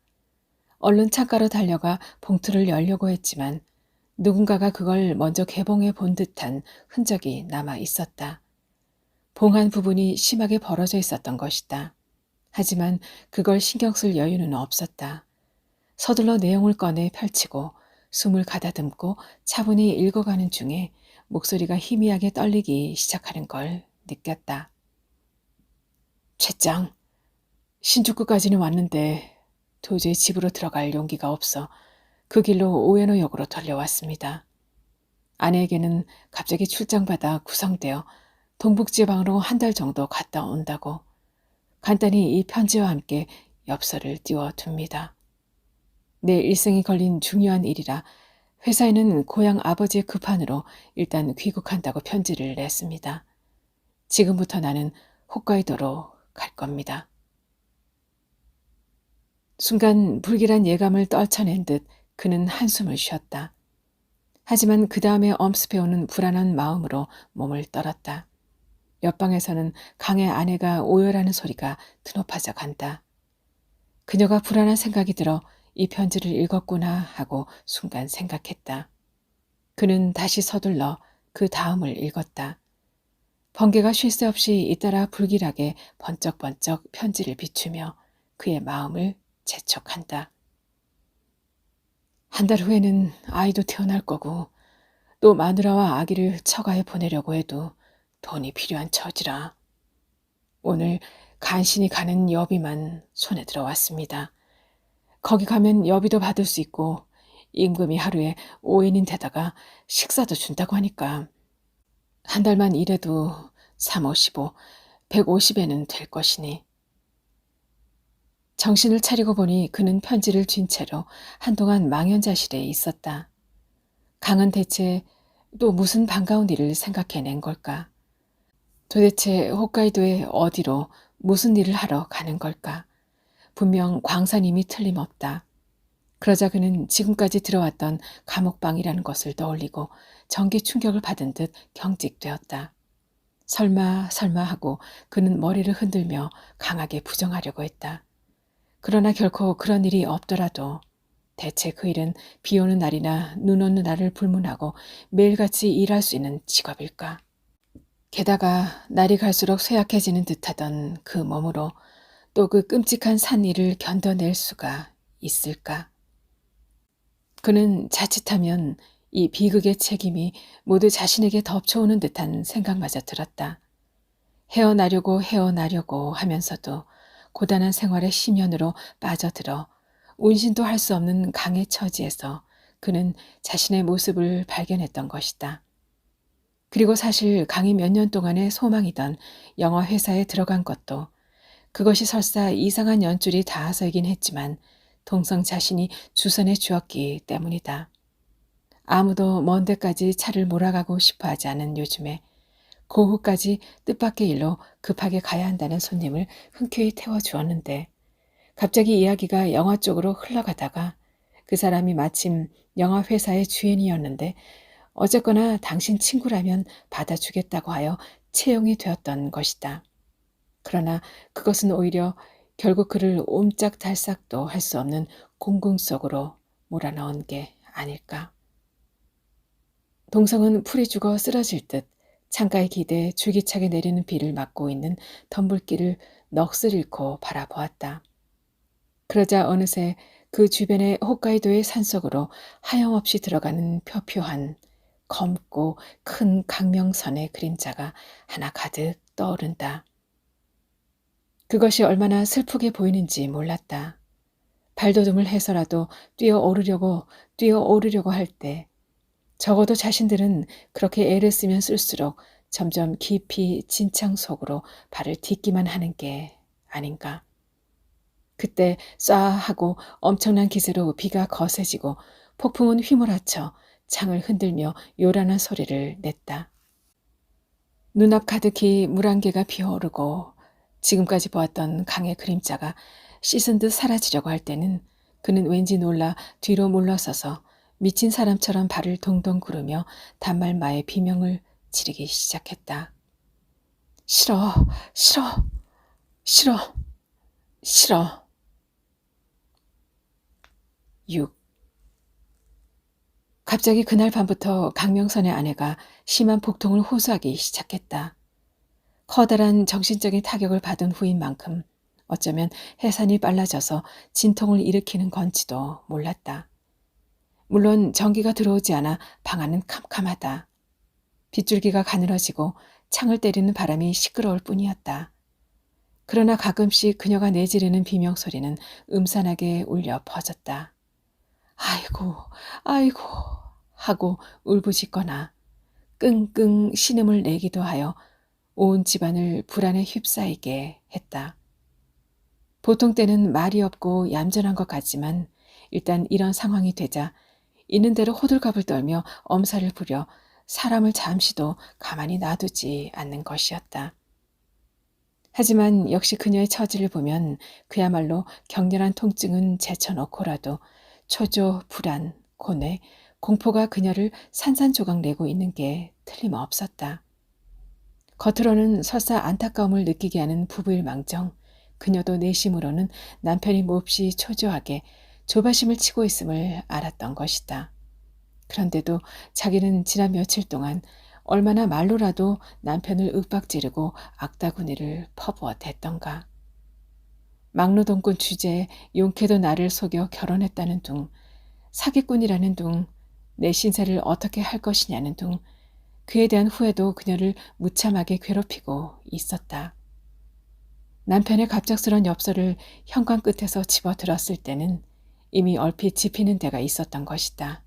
얼른 훑어보았지만 그녀는 믿을 수가 없었다. 믿기지가 않았다. 그리고 어느새 바들바들 떨리는 자신의 손은 동성 앞으로 온 봉한 편지를 움켜쥐고 있었던 것이다. 그녀는 앞으로 자신의 처지를 생각하면 숨이 막힐 것 같았다. 그래도 남자가 미술학교를 나왔다고 해서 가난한 꿈이나마 작은 가슴 가득히 접고서 건너왔을 것이다. 얼마 전 남편이 경솔한 생각으로 회사를 그만두고 막노동꾼으로까지 영락했을 때 그녀는 얼마나 온몸이 찢어지는 듯했던가. 그러나 그 남편조차 자기 곁을 떠나 멀리 가버렸다. 게다가 시동생도 도망을 가고 누구 하나 가족도 없는 이 캄캄한 방 안에서 신음하고 있다. 아이도 낳지 못하고 같이 죽을지도 모른다. 아무것도 먹지 않은 공복은 칼로 후벼 파는 듯이 욱신욱신 아프고 현기증까지 일으키며 눈앞을 가로막고 온몸이 공중에 둥둥 떠다니는 것 같다. 이봐요. 정신 차려요. 노파는 옆에 와서 걱정스러운지 떨리는 목소리를 쥐어짜고 있다.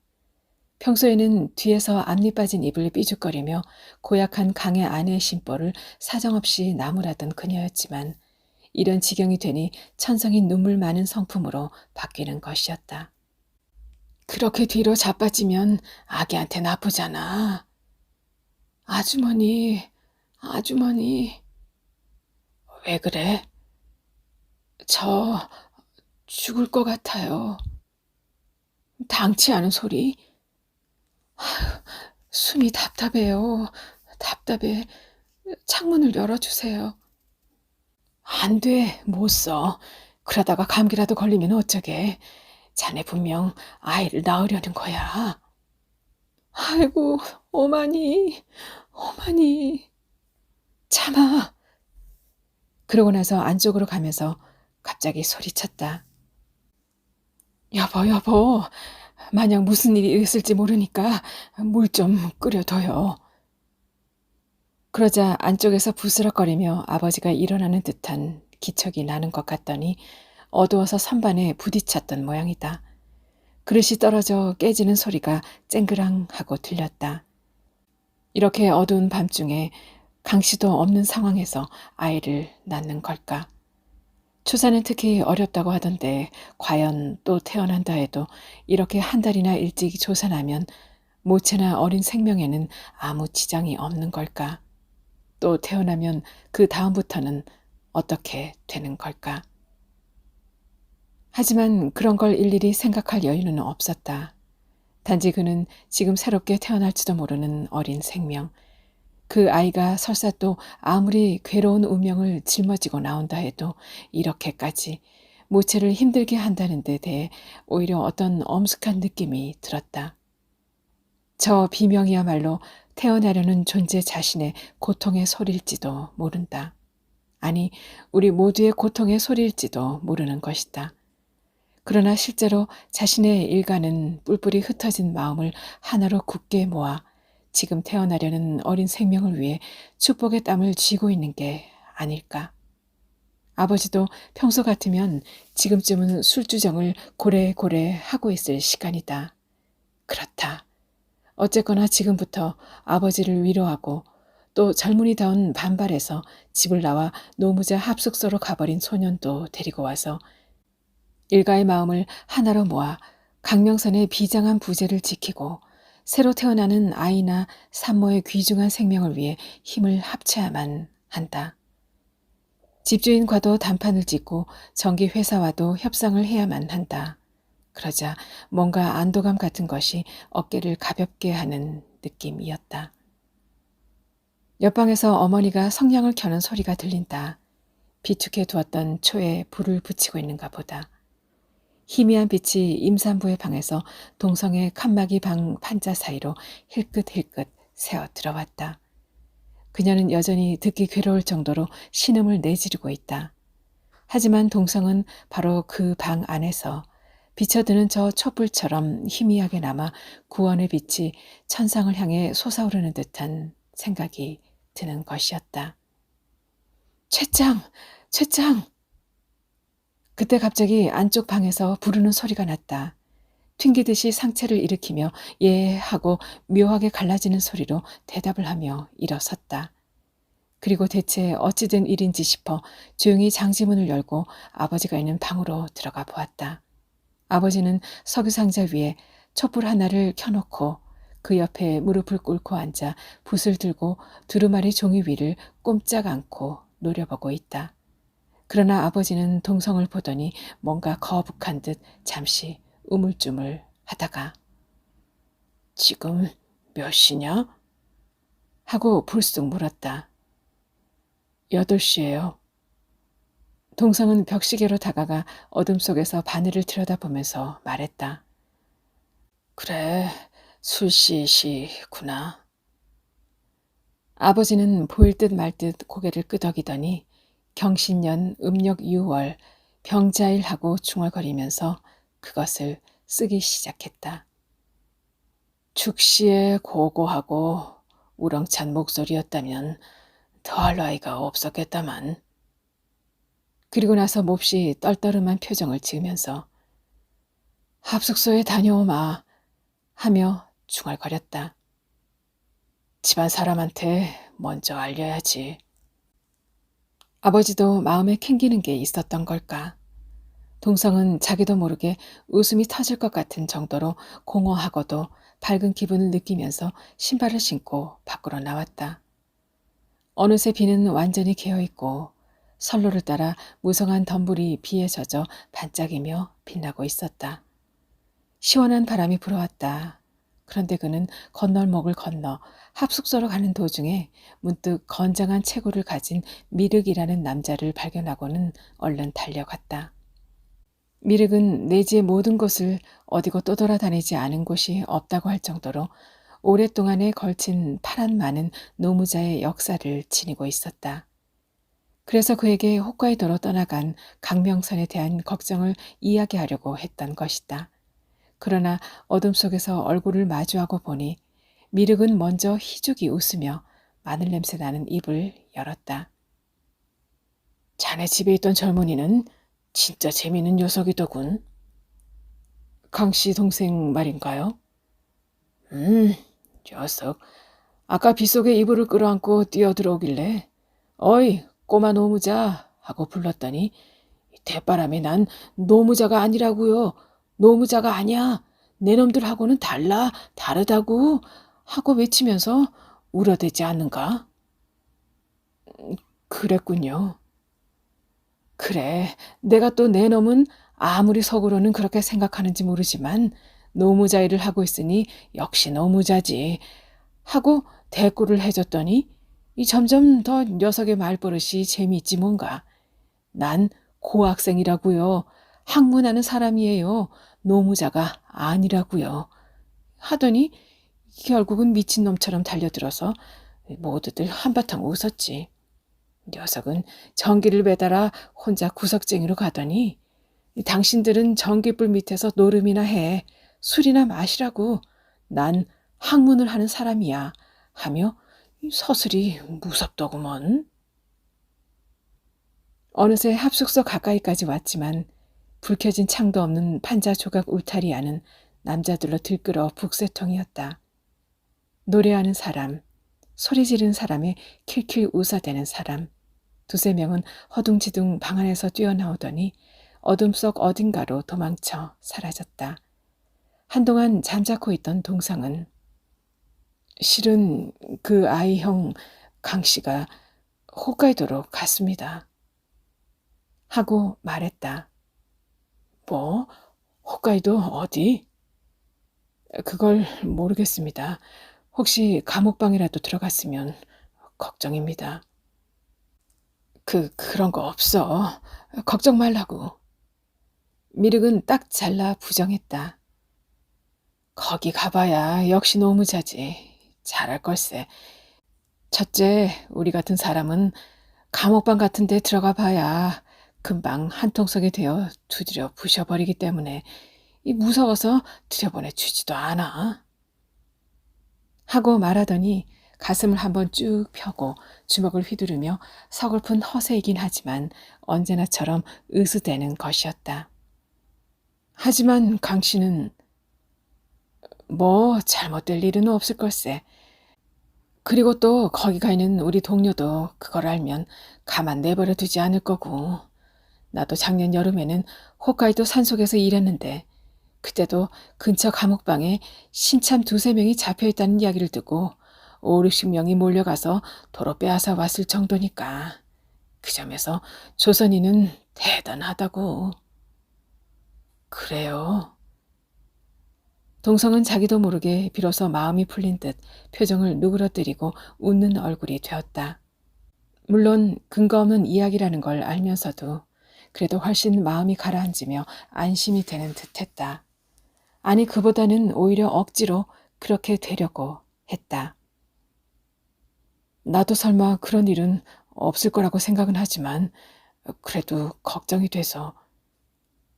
그때 옆쪽에서 물을 버리는 소리가 철썩하고 나기에 돌아다 보니 하얀 옷을 입은 그림자가 움직이며 물통을 든 합숙소 노파가 나타났다. 그녀는 노무자들보다 훨씬 대단한 사람인 줄로 알고 있는 동성이 밤중에 찾아온 데 대해 약간 놀라는 눈치였다. 오늘 어쩐 일로? 이런 데를 다 오시고. 할머니. 동성은 말하기 힘들다는 듯 입을 열었다. 강씨 한 사람이 곧 아이를 낳을 것 같은데. 어머, 그거 축하할 일이네. 뭐, 그 친구 마누라가 아이를 낳는다고? 네, 남편이 힘든 대로 가버렸다고 발칵 뒤집혔습니다. 우리 집에서는 모두 거품을 물고 난리들이라고요. 아무래도 진통 같은 소란이라서. 나도 뒷정리 끝내고 빨리 도와주러 가야겠군. 응? 동성은 노파가 가려는 걸 불러 세우고는 그 얘길 강씨 동생한테 전해주시겠습니까? 하고 부탁했다. 오늘 여기 와 있지요. 아버지가 와달라고 한다고요. 내가 그랬다고 하면 또 이상하게 고집을 부릴지도 모르니까요. 알았어, 알았다고. 그렇군. 이런 반가운 소식을 한시라도 빨리 알려야지. 그녀는 통을 흔들어 움직이면서 서둘러 합숙소 쪽으로 돌아갔다. 갔다 올게. 그 친구 마누라는 멍텅구리라고. 노무자 마누라 같지도 않지. 하며 미륵은 웃었다. 쑥 나았으면 좋겠는데. 그런데 자네 집도 편하지 않겠군. 강씨도 없으니. 몹시 당황하고 있지요. 하지만 뭐 어떻게든 되겠죠. 그래, 어떻게 되겠지. 게다가 뭐니 해도 반가운 일임이 분명하니까 나오면 모두 한번 가서 한잔 하자고. 우리도 뭐든 힘이 돼주지. 고마워요. 고마워요. 동성은 자기도 모르게 눈물마저 글썽이며 수없이 머리를 숙여 감사를 표시했다. 이런 식으로 해서 이 남자와 좌우로 헤어지자 동성은 한두 골목 떨어진 변두리 가게로 가서 오늘 밤 늦게 필요한 준비라도 해야지 싶어 초를 샀다. 그러나 집으로 돌아오는 그는 오랜만에 절실하게 구제받은 기분이 드는 것이었다. 자기 혼자만 밑바닥에서 발버둥질 치고 있는 건 아니다. 우리는 모두 하나로 빠짐없이 마찬가지로 힘들게 산다. 그리고 그건 우리 각자에게 이어져 있는 고통이고 또 그걸 극복해 나가려는 고민도, 용기도, 동경도, 투쟁도 모든 사람의 것이다. 이렇게 우리는 지금까지 살아왔고 앞으로도 또 끝없는 괴로움과 기쁨 속에서 영원히 살 것이 분명하다. 미르만 해도 그렇고 아버지도 그렇고 모두 괴로워하면서도 사실 즐겁지 않은가. 그렇게 생각하자 지금까지 자기 한 사람 일에만 집착하여 절망의 구렁텅이를 파고 있던 자신의 모습이 새삼스럽게 돌아다 봐지는 기분이었다. 하지만 그러다가도 이내 덜컥하고 풀이 죽은 듯이 지금 너는 자기 연민으로 허구의 위안에 몸을 맡기고 있는 거라는 자작의 목소리가 들렸다. 무엇 하나 좋은 방향으로 해결되는 일이 없지 않은가. 그는 놀란 듯 멈춰 섰다. 그러나 그는 어두운 하늘을 올려다보면서 고개를 가로저었다. 그리고 아니, 난 무슨 일이 있어도 어쨌거나 조금만이라도 빛을 원하는 거야 하고 중얼거렸다. 험상궂은 구름이 흐르는 하늘 사이사이로 곳곳에 한두 개의 작은 별이 늘어나면서 빛나고 있었다. 그것이 이제 3개, 4개, 5개로 늘어 그의 머리 위로 떨어져 내려 이마를 장식해 줄 것 같은 기분이 든다. 그는 한동안 그 모습을 지치지도 않고 가만히 쳐다보았다. 그러고 있자니까 뭔가 발톱 끝에서 온몸 안에 차오르는 듯한 힘이 불끈불끈 밀려오는 듯한 밝은 기운을 느꼈다. 그렇다. 내 몸 안에서는 다시 이런 힘이 솟아난다. 그는 눈동자를 빛내면서 외쳤다. 그리고 나서 자신만만한 기분으로 터벅터벅 걷기 시작했다. 그는 다시 그 옛날 17살의 소년, 시조카 해안을 뒤로하고 도쿄로 나오던 당시에 지치지 않고 고통을 헤쳐나아가는 강인한 정신을 되찾은 것 같았다. 그는 혼자서 진자리를 쳤다. 그래, 훌륭한 엔지니어로서 새로운 나를 만들어 가는 거야. 그리고 잠옷 행복한 듯 기분을 북돋우기 시작했다.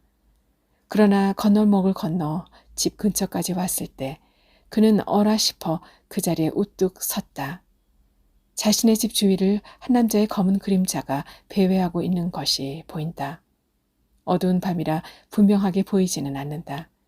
그것이 직감적으로 강소년임을 깨달았다. 그 그림자는 어느새 현관 앞으로 갔는가 싶더니 문에 몸을 딱 붙이고는 움직이지 않는다. 노파에게 듣고 역시 걱정이 되어 왔을 것이다. 형수의 신음에 귀를 고추 세우고 있는 것이 틀림없다. 동성은 한동안 깊은 감동에 몸을 맡기고 온몸이 찌르르 저려오는 기분이었다. 조금 있다가 그는 정신을 차리고 이번에는 일부러 발소리까지 고추 세워 현관 쪽을 향해 나아갔다. 소녀는 발소리에 놀라 돌아본 순간 얼른 알아봤는지 두세 걸음 옆으로 피해 눈을 빛내면서 도망치려는 자세를 취했다. 동성은 힘껏 숨을 죽이고 지금까지 없었던 격렬한 힘으로 소년의 멱살을 쥐고는 길 옆으로 질질 끌고 나왔다. 두 사람 사이에는 긴박한 숨소리만이 몇 분인가를 오갔다. 동성은 그때 문득 소년의 얼굴에 두 줄기 눈물이 흘러 떨어지는 것을 보고 바보구나 하며 자기도 모르게 목소리가 잠겨 울먹이면서 외쳤다. 돌아가, 들어갔다 오라고. 소녀는 팔뚝으로 눈물을 닦으면서 뛰어갔다. 동성은 한동안 꼼짝 않고 서서 그 검은 그림자를 멀리 사라져 갈 때까지 바라보다가 혼잣말로 중얼거리는 것이었다. 난 혼자가 아니야. 난 혼자가 아니야. 네, 노동계급의 제일 조선인들의 이야기, 김사량 작가의 무궁일가 함께 감상하셨습니다. 저는 다음 시간에 또 다른 이야기로 찾아뵐게요. 편안한 시간 이어주시고요. 지금까지 아름다운 소리책방이었습니다.